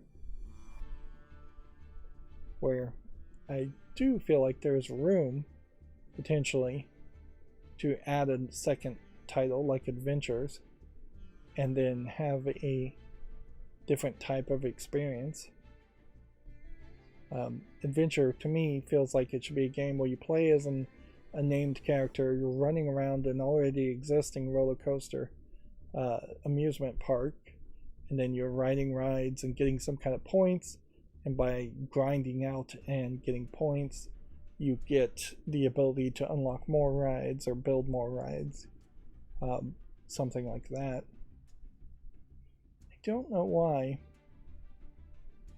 I guess because this is not supporting Xbox One. This didn't get rewritten by my plugin. So I'll leave this tab open. This should have said PS4/5, Xbox Series, Switch, and PC. Let's see, Famitsu sales, according to Gamitsu, we saw some big sales for Diablo and PS5, and then we saw some big sales for the Street Fighter 6, and Street Fighter 6 for PS5 and PS4, but then we mostly are still seeing Nintendo Switch, although noticeably still kind of high numbers for Diablo 4 on the Xbox Series X, and kind of high numbers for the Xbox Series S and Series X this week. Which this is different because last week the Xbox Series S was not selling units at all. And why would it? Because obviously everybody was buying Diablo 4. And if you were buying a disc version of Diablo 4, you wouldn't buy the discless console. Apparently, enough word of mouth happened in a week's time, or enough confusion happened in a week's time, to convince people to buy the discless version of the Xbox Series S, which is outselling by a couple thousand units the digital only version of the PS5, and severely outselling the PS4, which this is the first time ever that I've seen 2 weeks where the Xbox Series X or Series S was selling well at all in Japan. It's still getting thoroughly trounced by the Switch Lite and the Switch and the PlayStation 5, and even the PlayStation 5 is still getting trounced by the Switch OLED model, or the combined sales of the Switch and Switch Lite in the OLED model. New 2DS LL still selling a minimal amount of copies. Notably, though, in the top 30, we don't have any other Xbox games. So, the Diablo 4 was a system seller for the Xbox Series X, which definitely makes an argument that Microsoft is doing the right thing by trying to acquire Activision Blizzard, makers of Diablo. Inherently, if they do succeed in acquiring them, they've been given their mandate to make more Diablo games, or support Diablo very well so that people come back and buy more Xbox Series X's in Japan. Of course, you could also make an argument that maybe all these units are being sold to foreigners in Japan. That still might be the case, but even at that, the numbers are much, much higher. Usually you're only seeing 100 to maybe 1,000 units sold each week. Usually it's closer to 100.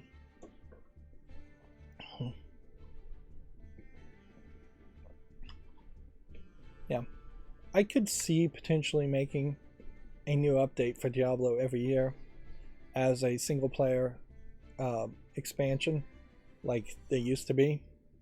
I mean, Diablo effectively succeeded on that concept to have expansions that add more gameplay after a year or two, particularly if it's a system seller. Moving on, Cry Machina launches October 24th in North America and October 27th in Europe. I assume this is a JRPG game.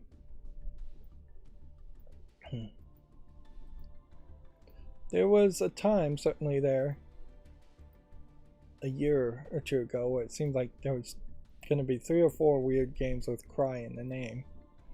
It seems like we've boiled it down to maybe 1 or 2 that are still anticipated. This one in particular looks like it's closer to a Nier Automata inspired JRPG than anything, although it may not really play much like a Nier Automata game. Transformers Earthspark Expedition has been announced for consoles and PC. So, consoles here means everything: PC, PS5, PS4, Switch, Xbox One, and Xbox Series. That is a retranslation for me. So, yeah. I guess it is about the time that a Transformers game would be announced. Does it mean it's going to be good? Not particularly. Do I wish it was good? Yes. That's true for most games, though. A 2D roguelike. What is that? Got some kind of pop-up at the top here. Either a plugin failed or they want to install a plugin. Whatever. I'll look at that later. A 2D roguelike game called Necrosmith is coming to the PS5 and Switch on July 6. It's currently available on PC.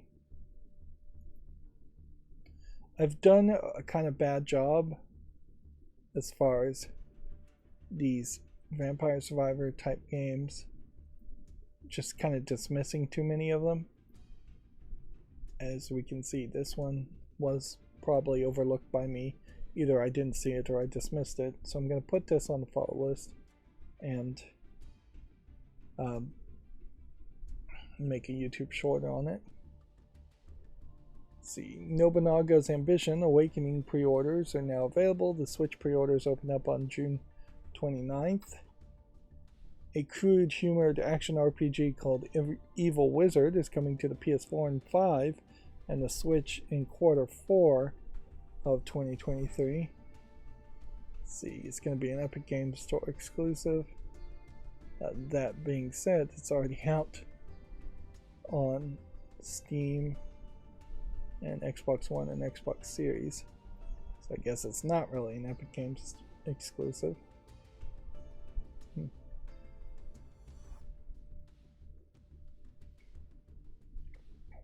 I don't think I've seen this before. Or more accurately, I'm hoping I haven't seen that before, because I don't want to find out that I've developed a habit of overlooking games. But I probably have. Particularly when I'm tired and just burning through games very quickly. Former Funcom, Lockwood Publishing, and Bohemia Interactive leaders have established a Red Rover Interactive to evolve survival genres. The studio aims to catapult the survival genre in new directions. So I assume that this is people. There's a full list here of 5 people that are being implied to be the big names that worked on these games, and they're trying to steal more credit than they probably deserve on these games that they worked on: Conan Exiles, Dune Awakening, DayZ, A Vac in Life, never have heard of it. Crisis 2, Rise, Ghost Recon. Well, let's just eliminate DayZ because I don't think that's a well-received game. Let's eliminate Rise because I don't think that was a well-received game. Let's eliminate Crisis 2 because that's a very old game. Let's eliminate A Vac in Life because I've never heard of it. Ghost Recon is an old game, so there's a decent argument to eliminating that. And then that just leaves you with Dune Awakening. Alright, and then Conan Exiles, which 50-50 on that.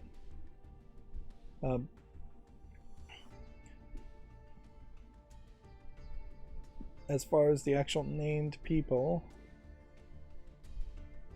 yeah, you really are just getting like one person. And at a certain level, if the CEO and the COO are being listed, then you really only have 3 talents in this company. This is a really small group of people. They do say their entire team consists of 17 members. But yeah, that's a pretty small group of people. But I guess all you can do is really wish them the best. Although, arguably, I don't know if we need an evolution in survival games or just a lack of leaning on the survival gameplay mechanic, which has been overemphasized and overused far too much.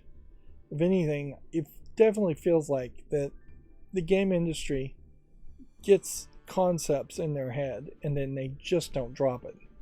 3D platforming, overused in the 90s. Done really well in Mario 64, done pretty poorly in a lot of other games after that. Survival game mechanics, overused in the past decade or two even. 3D in general, overused. Lots of games don't need to be in 3D or hyper-realistic graphics.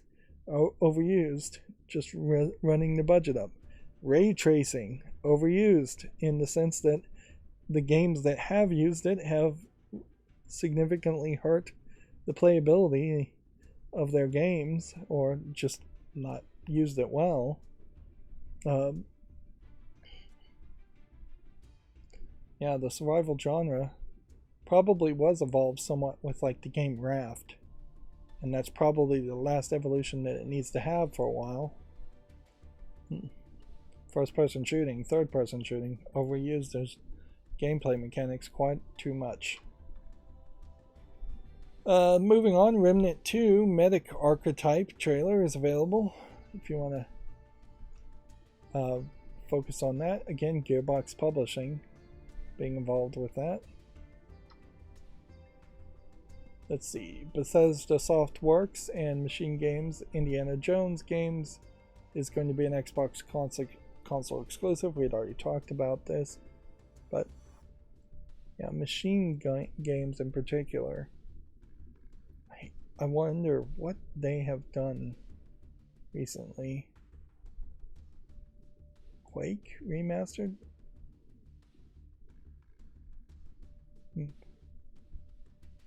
See, Bethesda Softworks was acquired 2 years ago.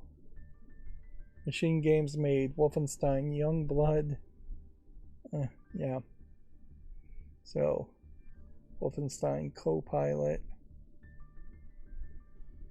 or Cyberpilot.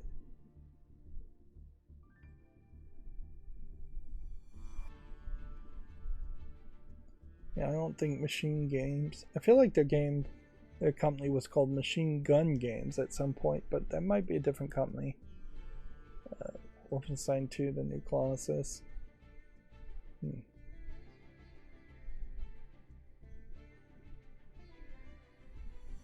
So maybe they were involved with the Wolfenstein reboot, which weirdly they have not finished the Wolfenstein reboot series.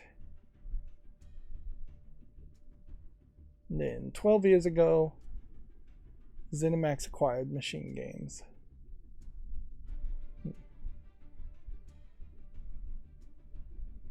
Sweden-based developer Machine Games, established in 2009, by the founding members of Starbreeze Studios, the team behind the Chronicles of Riddick, Escape from Butcher's Bay, and The Darkness. And yeah. If anything, here's the master plan of late-stage capitalism at work. 12 years ago, you have ZeniMax acquiring Arcane and Tango Gameworks and Machine Games, and then ZeniMax, Bethesda acquiring. Well,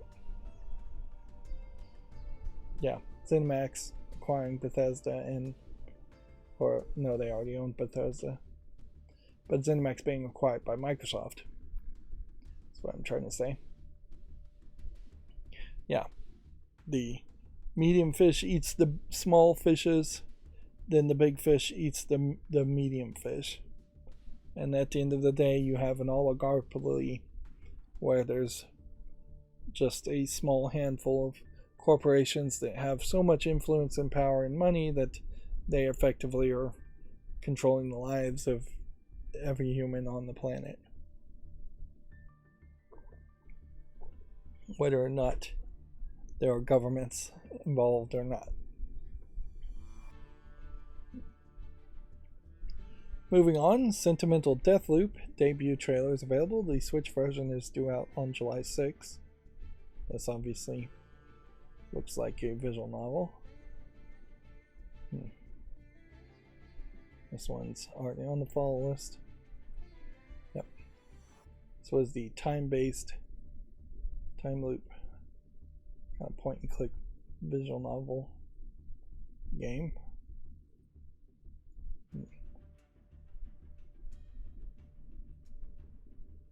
So yeah.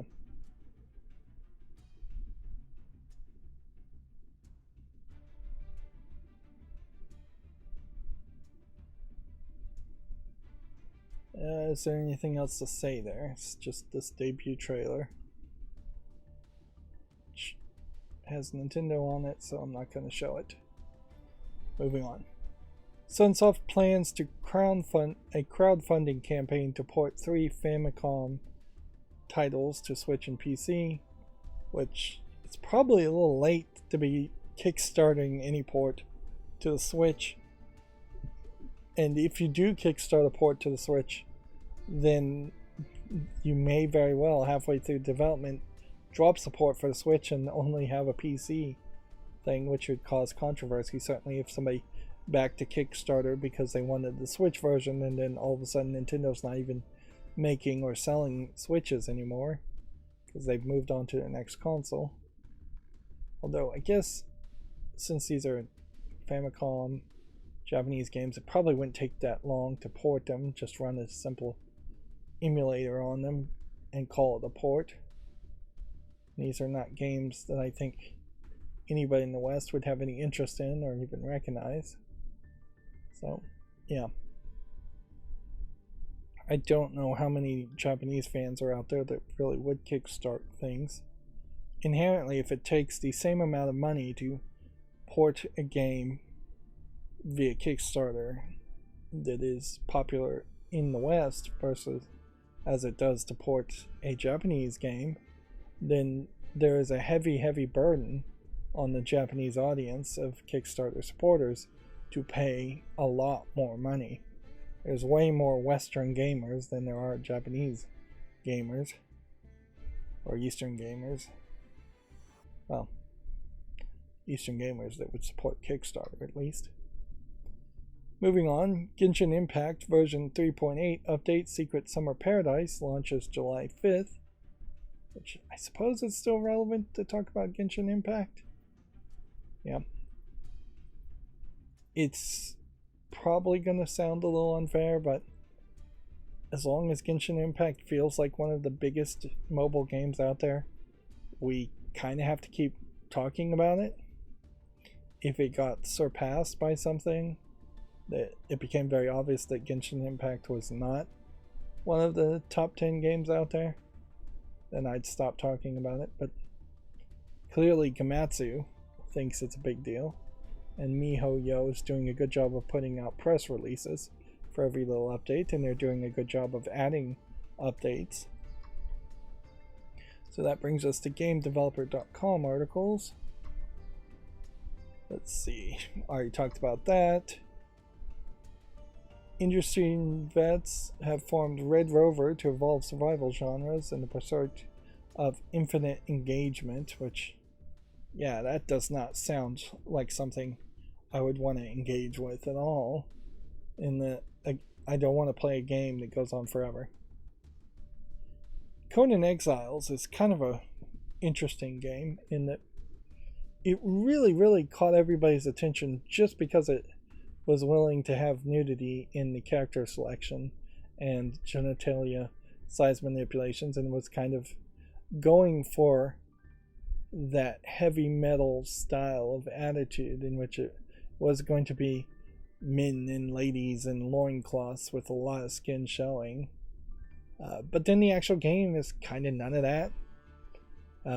Not really. It's more of just a real-time strategy game with survival elements to it, and it's not really that good. Conan Exiles and the Conan genre, I think, as far as like Conan games, Conan the Barbarian games, have the opportunity to have a lot of violence and slavery in them, because that is a core part of the narratives of Conan the Barbarian, and monsters and kind of a sand desert monster type of story. What are those called? Sandals and Chariot movies. They used to be really popular, but they haven't been in a long time. But yeah, they didn't really do anything with it, and I don't know how far they really could go with it.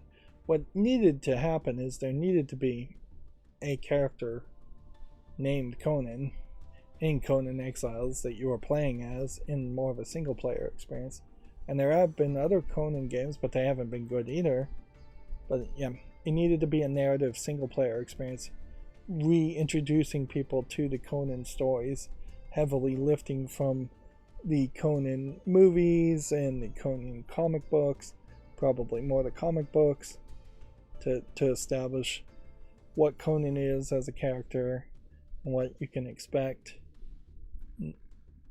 It really could have been a good competitor to something like God of War, and in particular, Conan Exiles was about around the time when the first God of War reboot happened, so you have the Dad of War reboot, where war is not so much a violent and in a loincloth type character. So you could have filled the gap where Kratos had left. Is not war, Kratos. But yeah, that's the most interesting thing about that at all, is just that Conan Exiles existed and managed to be created. Let's see if we can maybe do a little research here. Let's see where we would be on Conan Exiles on Steam. So, Conan Exiles had a new update at some point for Age of War, and yeah, it's just a lot of building a base and survival techniques it's mostly focused on. It's arguably not focused enough on fighting.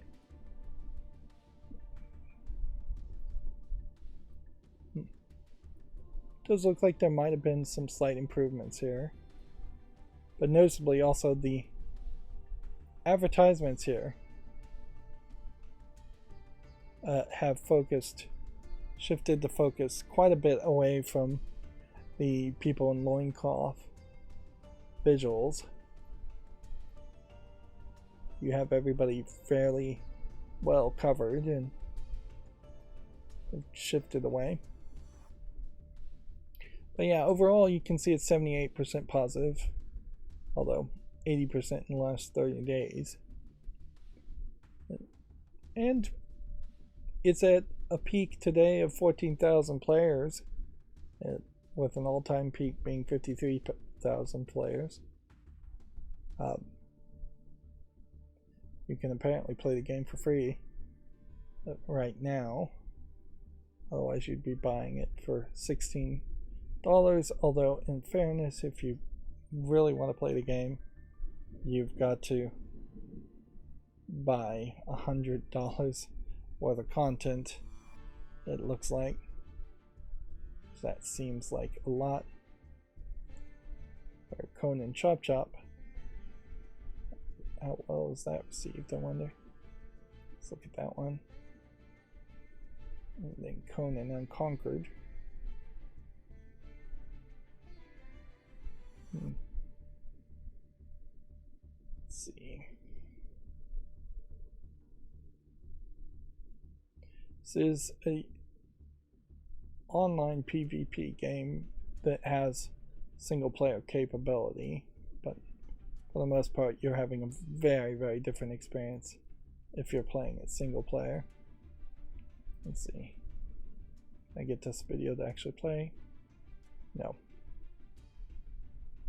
I think this is the intro video where you're playing as a character who's crucified and you're taken down by Conan, I believe, from being crucified, and that's where the game starts and you make your custom character. Conan Chop Chop going for more comedic.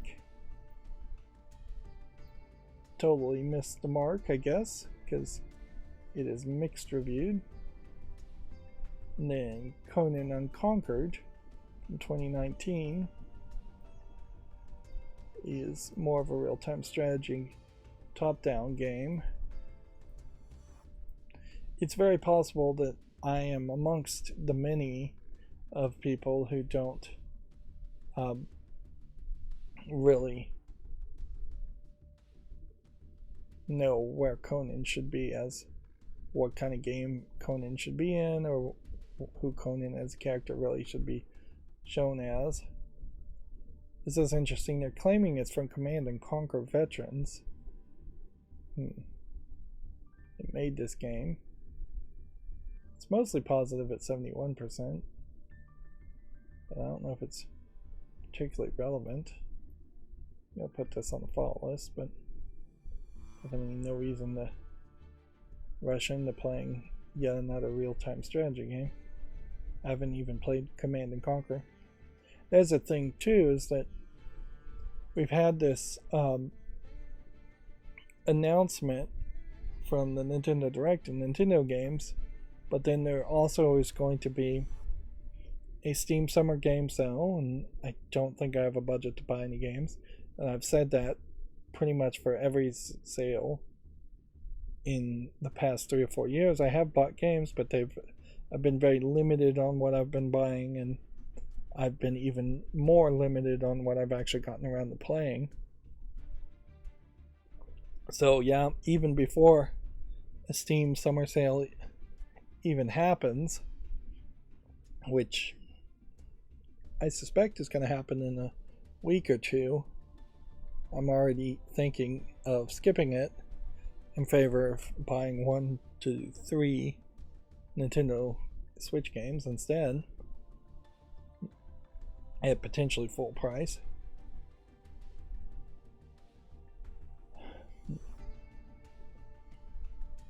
Moving on, I'm losing momentum here. Other Side Entertainment gets a new investment from Aonic Group. I don't know either of these companies, but check out GameDeveloper.com if you're interested. Oh yes, this is the people who were meant to develop System Shock at one point, but it's uncertain.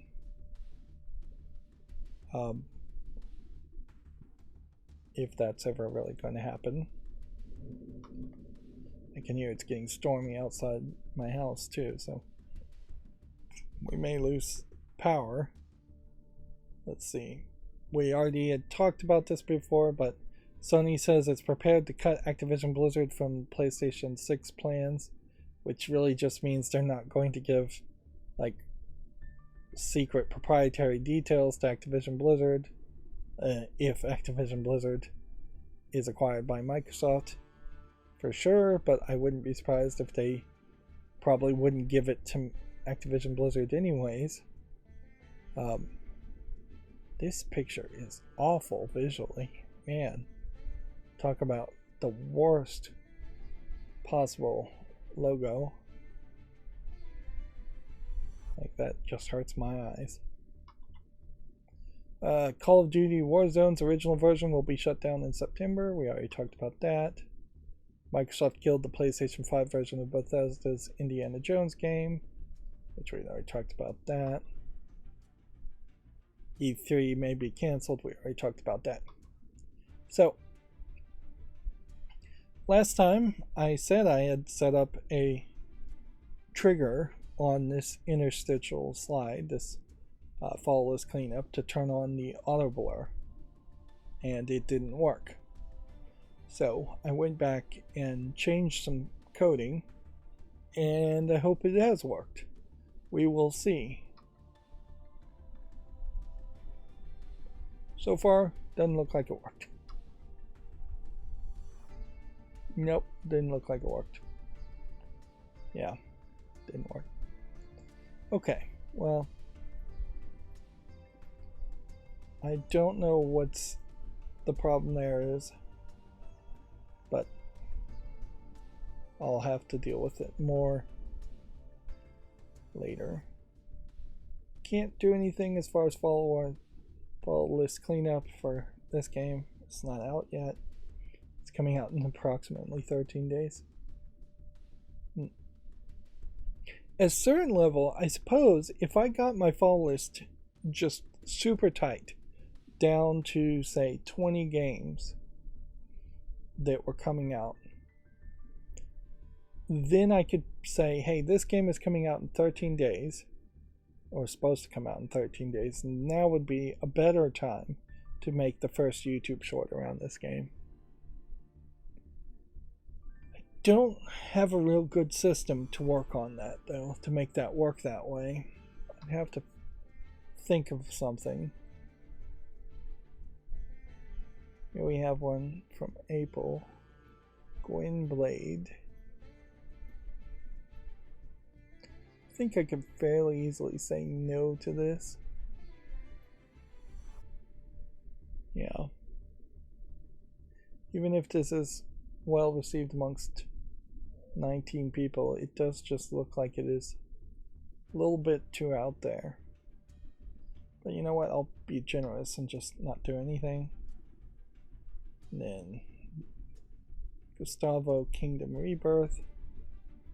We'll have to say no to that because there's no relevancy to that game. Gustav Vasa Adventures of Dailies, or Dallies. I'll have to say no to that. It too is irrelevant. Gunwatch from January of 2023 is irrelevant, so we can get rid of that. Guns GB Box is a VR shooting simulator. I'll leave this. Well, it has been in early access since February of 2022. I think I have to say no to this too. Mostly because it's a VR game. Also, but mostly because it's early access still. Guns and Runs from 2021. Obviously, we're going through all the G's alphabetically. That can go. Gunman and the Witch.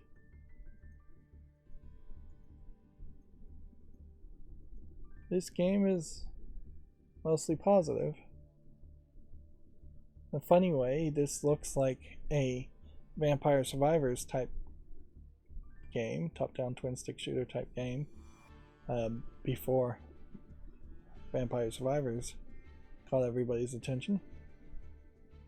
This is an early access since 2020, though.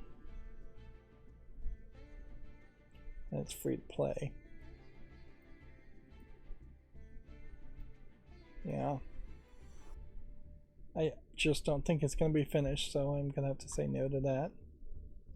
Umbrella is coming out at some point in 2023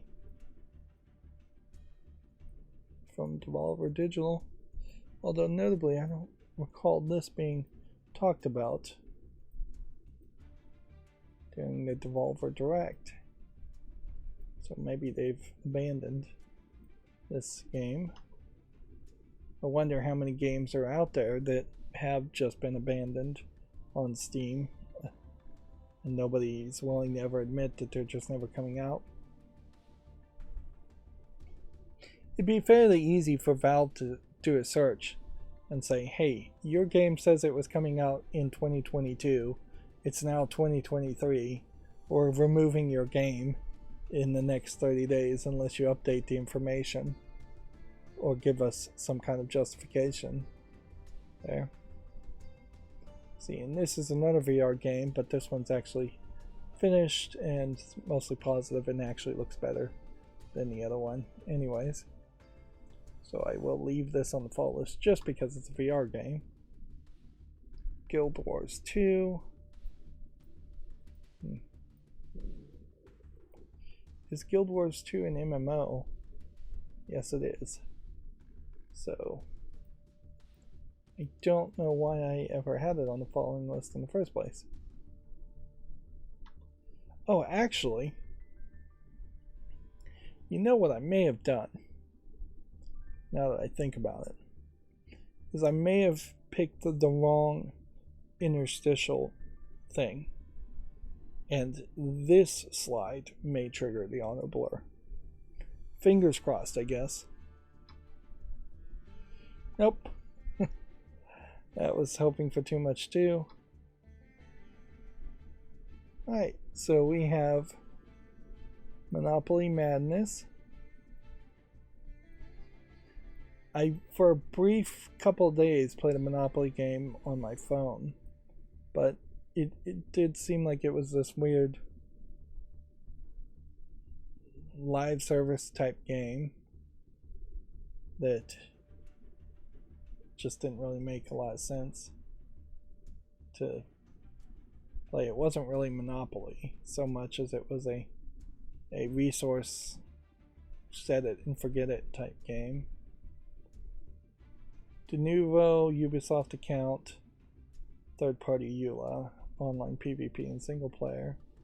I wonder if the mixed reviews have to do more with De Nouveau or if this game is just yet another kind of bad game with Monopoly being slapped on it by Ubisoft and Hasbro not caring. Like, at a certain level, I guess Monopoly shouldn't be popular.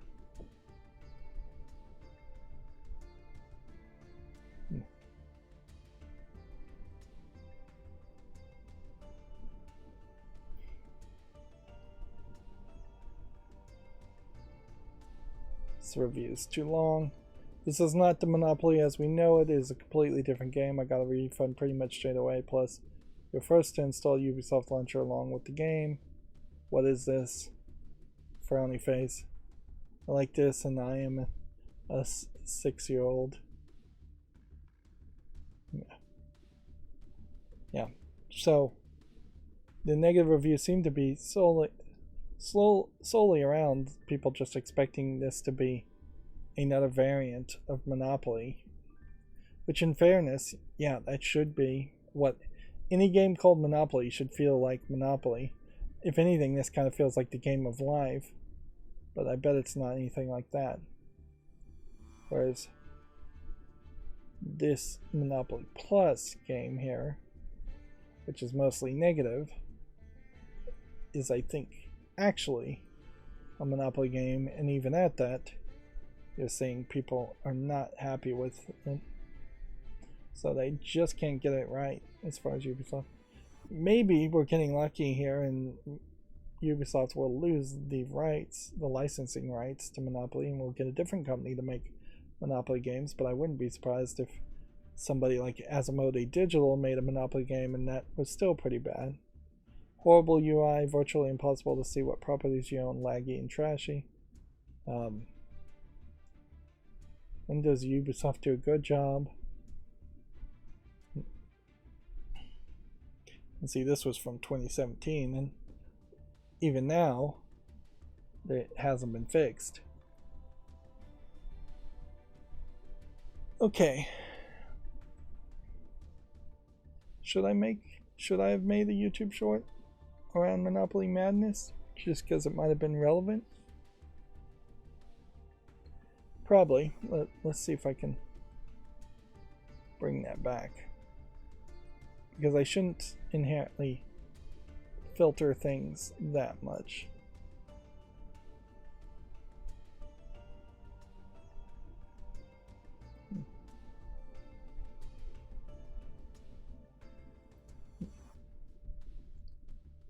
How am I going to do this?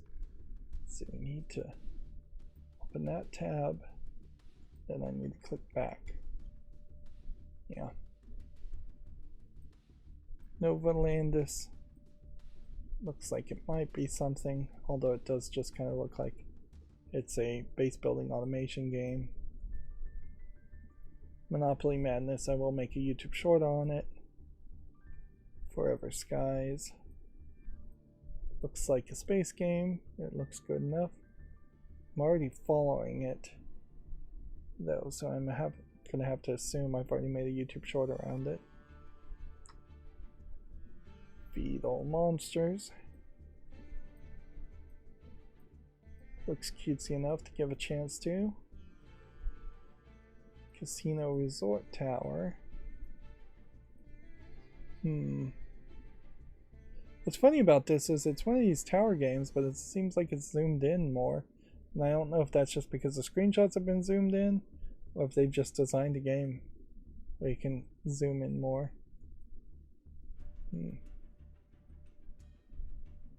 Feels like you're doing something slightly different by making a casino resort tower instead of just a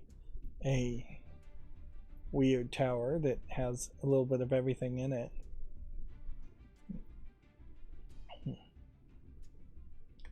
Do I want to play these kinds of games? No. I don't think I really do, but I will make a YouTube short on it.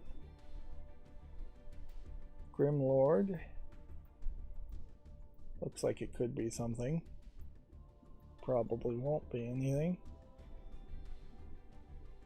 Is a VR game.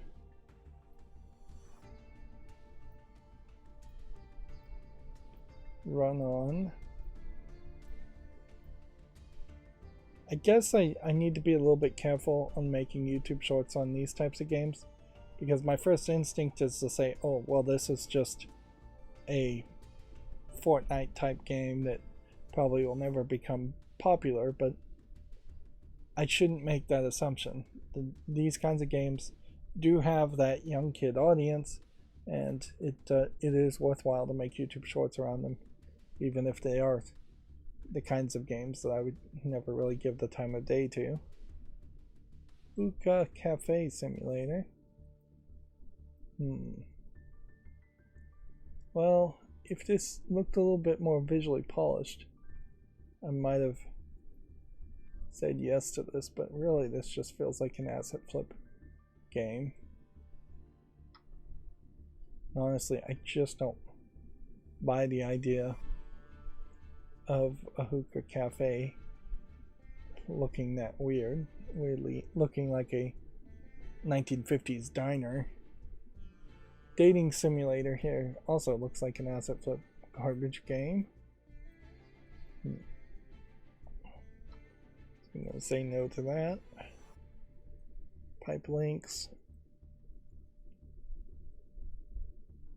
Yeah, there might be something there. Endless Effort is an adult game. Didn't quite realize that at first second. And I think they've potentially created a miracle concept here, in that they have asset flipped 3D CGI models of males and females and put them in probably one of the best scenarios possible for them to be in if you're going to show them off as just naked bodies, outside of just actually depicting sex, which is also half of this game. Instead of the lazy static puzzles, you have a infinite runner game where they're running around an island and collecting little gems, and then it looks like the gems unlock different poses for a simulator posing mode where you can then mix and match characters and have them do different sexual acts.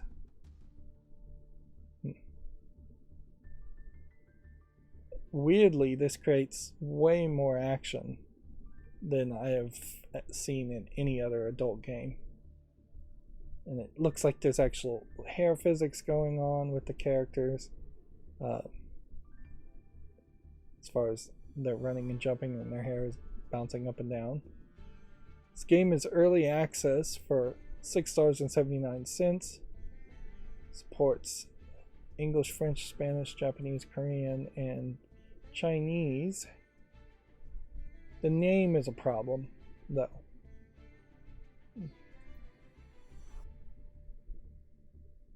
The name is the biggest problem here. Even if you are fairly open about the games, playing adult games.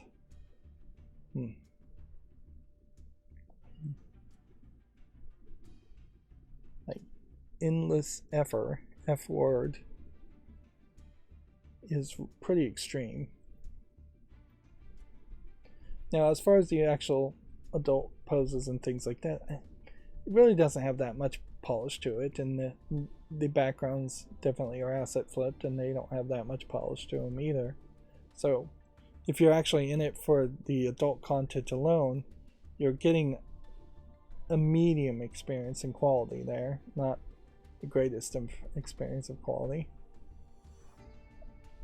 Moving on, we've got Pops and Chicks, which looks like some kind of puzzle game. I'll give that a chance. Mango's Wonderland. Looks like a dark screenshot horror game of some sort. We can't say yes to that. Pocket Puzzle. Looks like yet another general puzzle game, but it is widescreen, so I'll give it a chance. Desktop Mark. Doesn't look like anything of interest. Here we have another adult game, so this would be our second 3D CGI game called Never Meet Your Heroes, which, if anything, I would assume this is closer to just a visual novel experience. There is a specific body type of very wide hips, kind of chubby ladies, big butts, big breasts, that is being emphasized here. And then I just don't get really what the gameplay mechanic is, if there is one.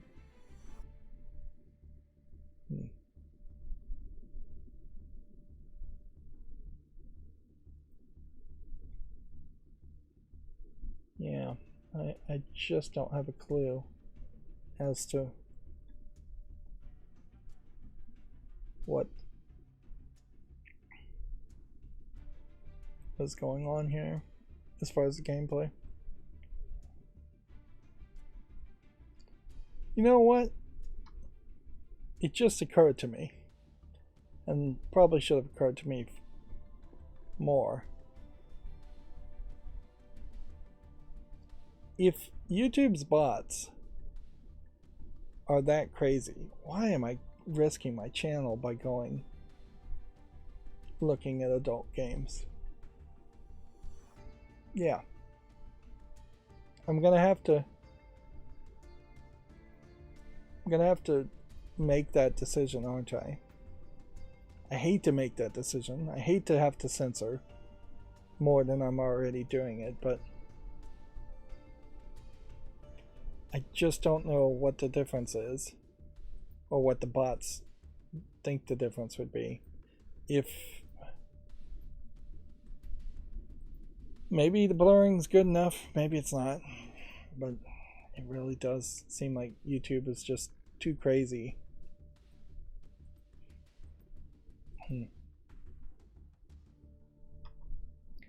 Yeah, I think we have to say goodbye to the adult games. I will guess I'll still look at them, or try to look at them, but I'm gonna have to make a macro over the weekend if I can get around to doing it, and specifically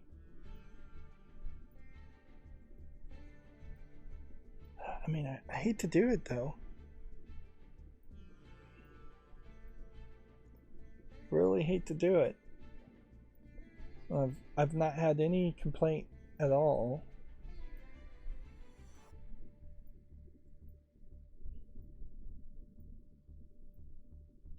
Yeah, I guess I'll leave everything as it is. I don't know. Maybe I'm just doing it well with the censoring and the blurring, and that's good enough. Maybe there's just a difference there. I don't know. Anyways, this game seems to be a combination of little mini games. Doesn't look particularly unique. And I noticed that like Biden was one of the words there as far as just names of people, so it doesn't feel like this is a troll political game, but it might be. Regardless, I'm gonna say no to it.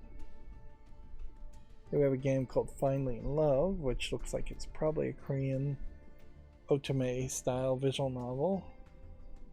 $29.99, English and Japanese. I'll give that a follow, I guess.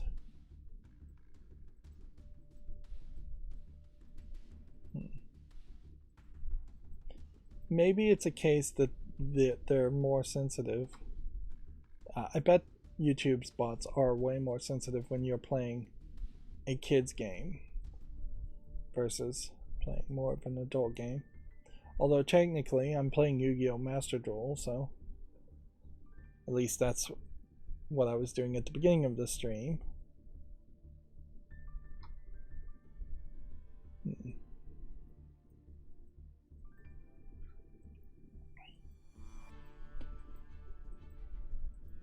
This is really a case where I really just wish there was better communication.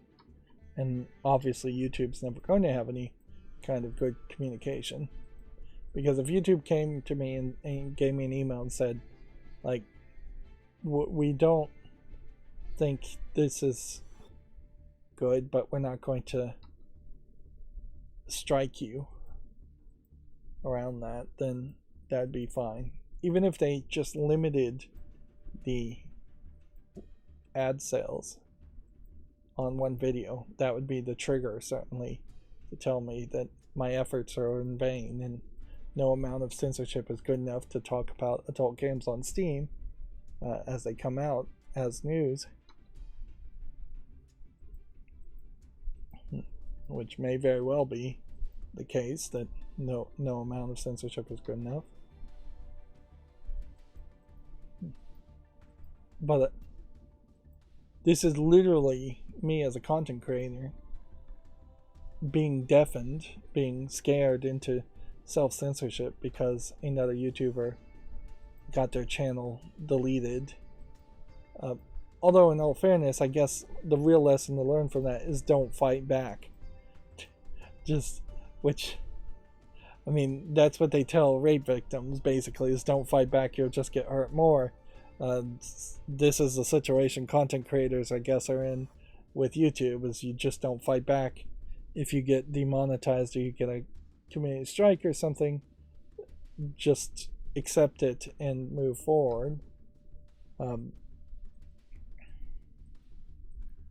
Yeah, the one thing I definitely would have done differently is I would have just edited out that part of the video, which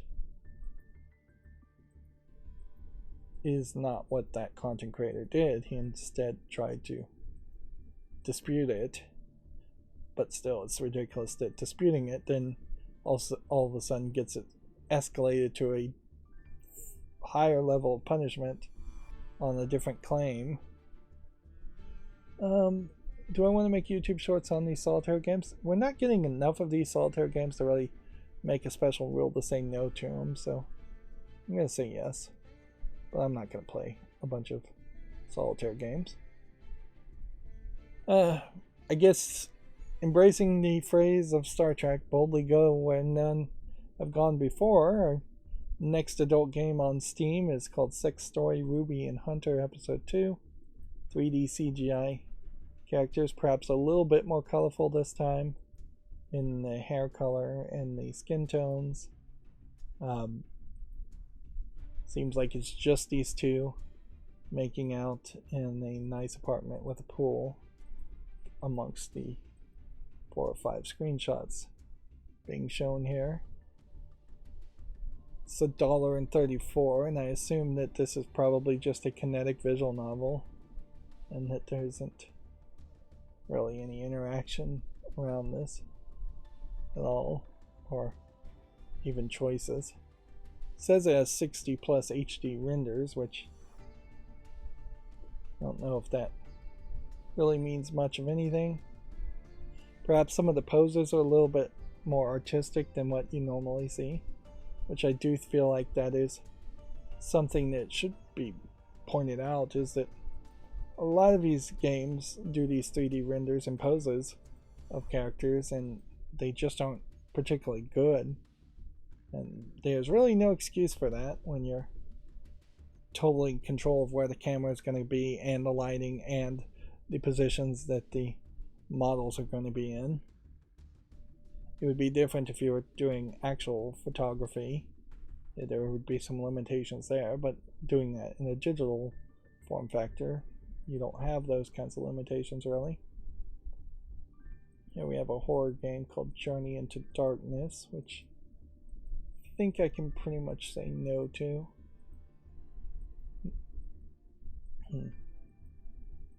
I'd almost give it a chance, but it's just a little too much dark screenshot syndrome. Yeah. $4.24. Plus, honestly, I just don't feel like any zombie game is going to come out of the blue and succeed. Even the biggest of companies making zombie games barely succeed. Let's see. Here we have a game called Fista 3-in-1 Retro Park Carpet Shark Plummet Challenge Game and the Arm Wrestle Classic. Are these real games that are being re-released, or are these made-up games that are brand new? It seems to me like these are probably made-up games that are brand new. I guess at the end of the day, though, it doesn't really matter. None of them look particularly good. It is free if you want to check it out, but yeah, I'm not going to make YouTube shorts around games that look mediocre, even if they are free.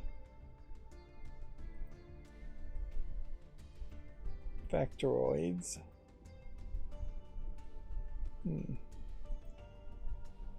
I'll give that a chance. It's probably not good enough for me to really want to play, though. How many more games do we have to talk about? Now, we weirdly may not have any anime adult game styles or any fur games. Happy Wagon. This feels like Oregon Trail, except for maybe easier.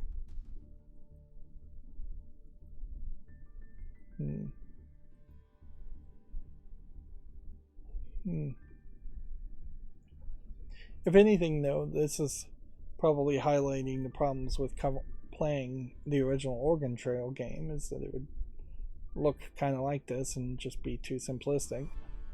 So I'm going to say no to this. The Richmond Rut in Search of Fenton has a weird name, but pretty obviously it's an asset flip garbage game. Brotato. I feel like Brotato has been out for a while. Yeah, it's been out and it's on my fall list, so was it in early access maybe?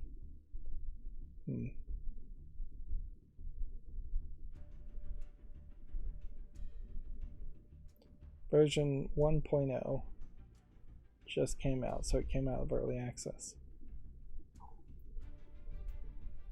Alright, I'll make a new YouTube short around that. I'm pretty sure I didn't ever actually make the original one, because this would have been a game that was on the fall list before then. Downhill Pro Racer. I guess I would like to see a game like this actually succeed, so I'll give it a chance. Desktop Dinosaur. Looks like it isn't really a game, so I'm going to say no to that, although it is kind of cutesy. Tamagotchi style dinosaurs living on your desk.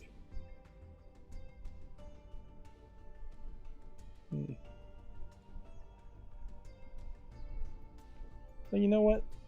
I'm going to actually give this a chance and make a YouTube short on that. See if there's maybe some different kind of reaction to a desktop pet. Epic Pandemonium. You have like a bikini cowgirl character. Age 18. Really, you're gonna call her 18 and give her that big of hips or thighs?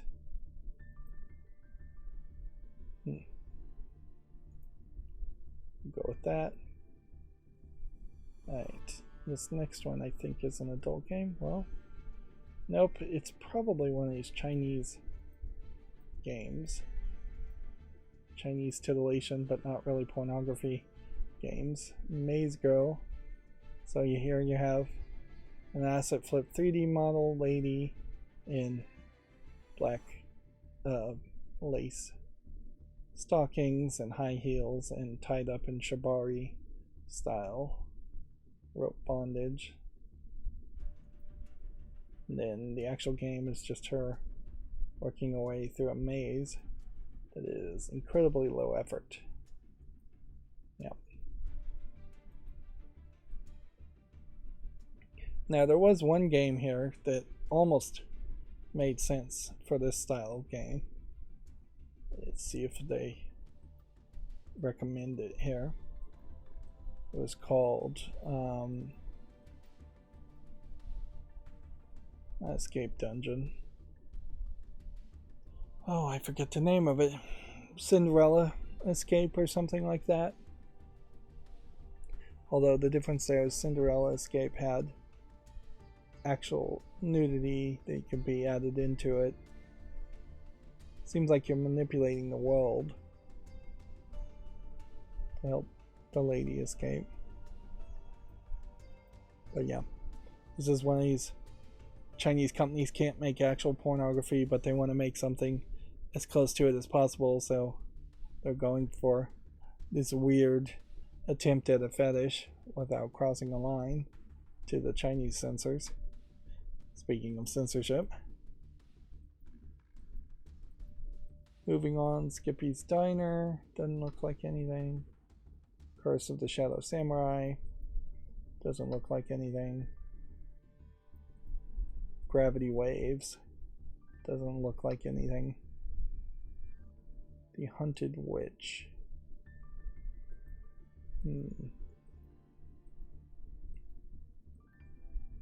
I suspect this is nothing, but I kind of want to give it a chance. But I think the answer is no. Edge of Grief. Looks like it's a little too dark for its own good. Cat ass is interesting that you can have that in a non-adult game. I guess Valve probably has no limitation whatsoever on what you name your games. So I'm sure maybe they would flag something if it was just obscenities nonstop. I don't feel like this game is much of anything. I think you're literally just swiping things off the edge in a non-stop pattern when the human is not looking.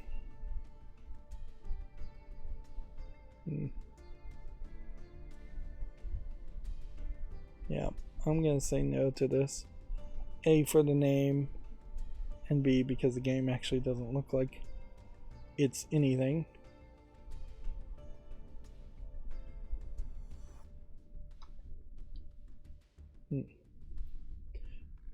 And even if Steam doesn't have a list of things you can't have in your title, YouTube certainly does. Almost certainly. Well, Mop of the Dead. Nope. Terminate Study X. Looks like a dark screenshot horror game. Shooter. Just too dark. Okay. And so right at 30 minutes, that's going to be the end of the show. I don't really need to stretch it out any further. Yeah. Well, that's going to be it for the stream. As always, I ask you to like, share, subscribe, comment, and watch every second of my videos. If you want to support me further, there's some links down below. Thank you for watching. Have a good evening.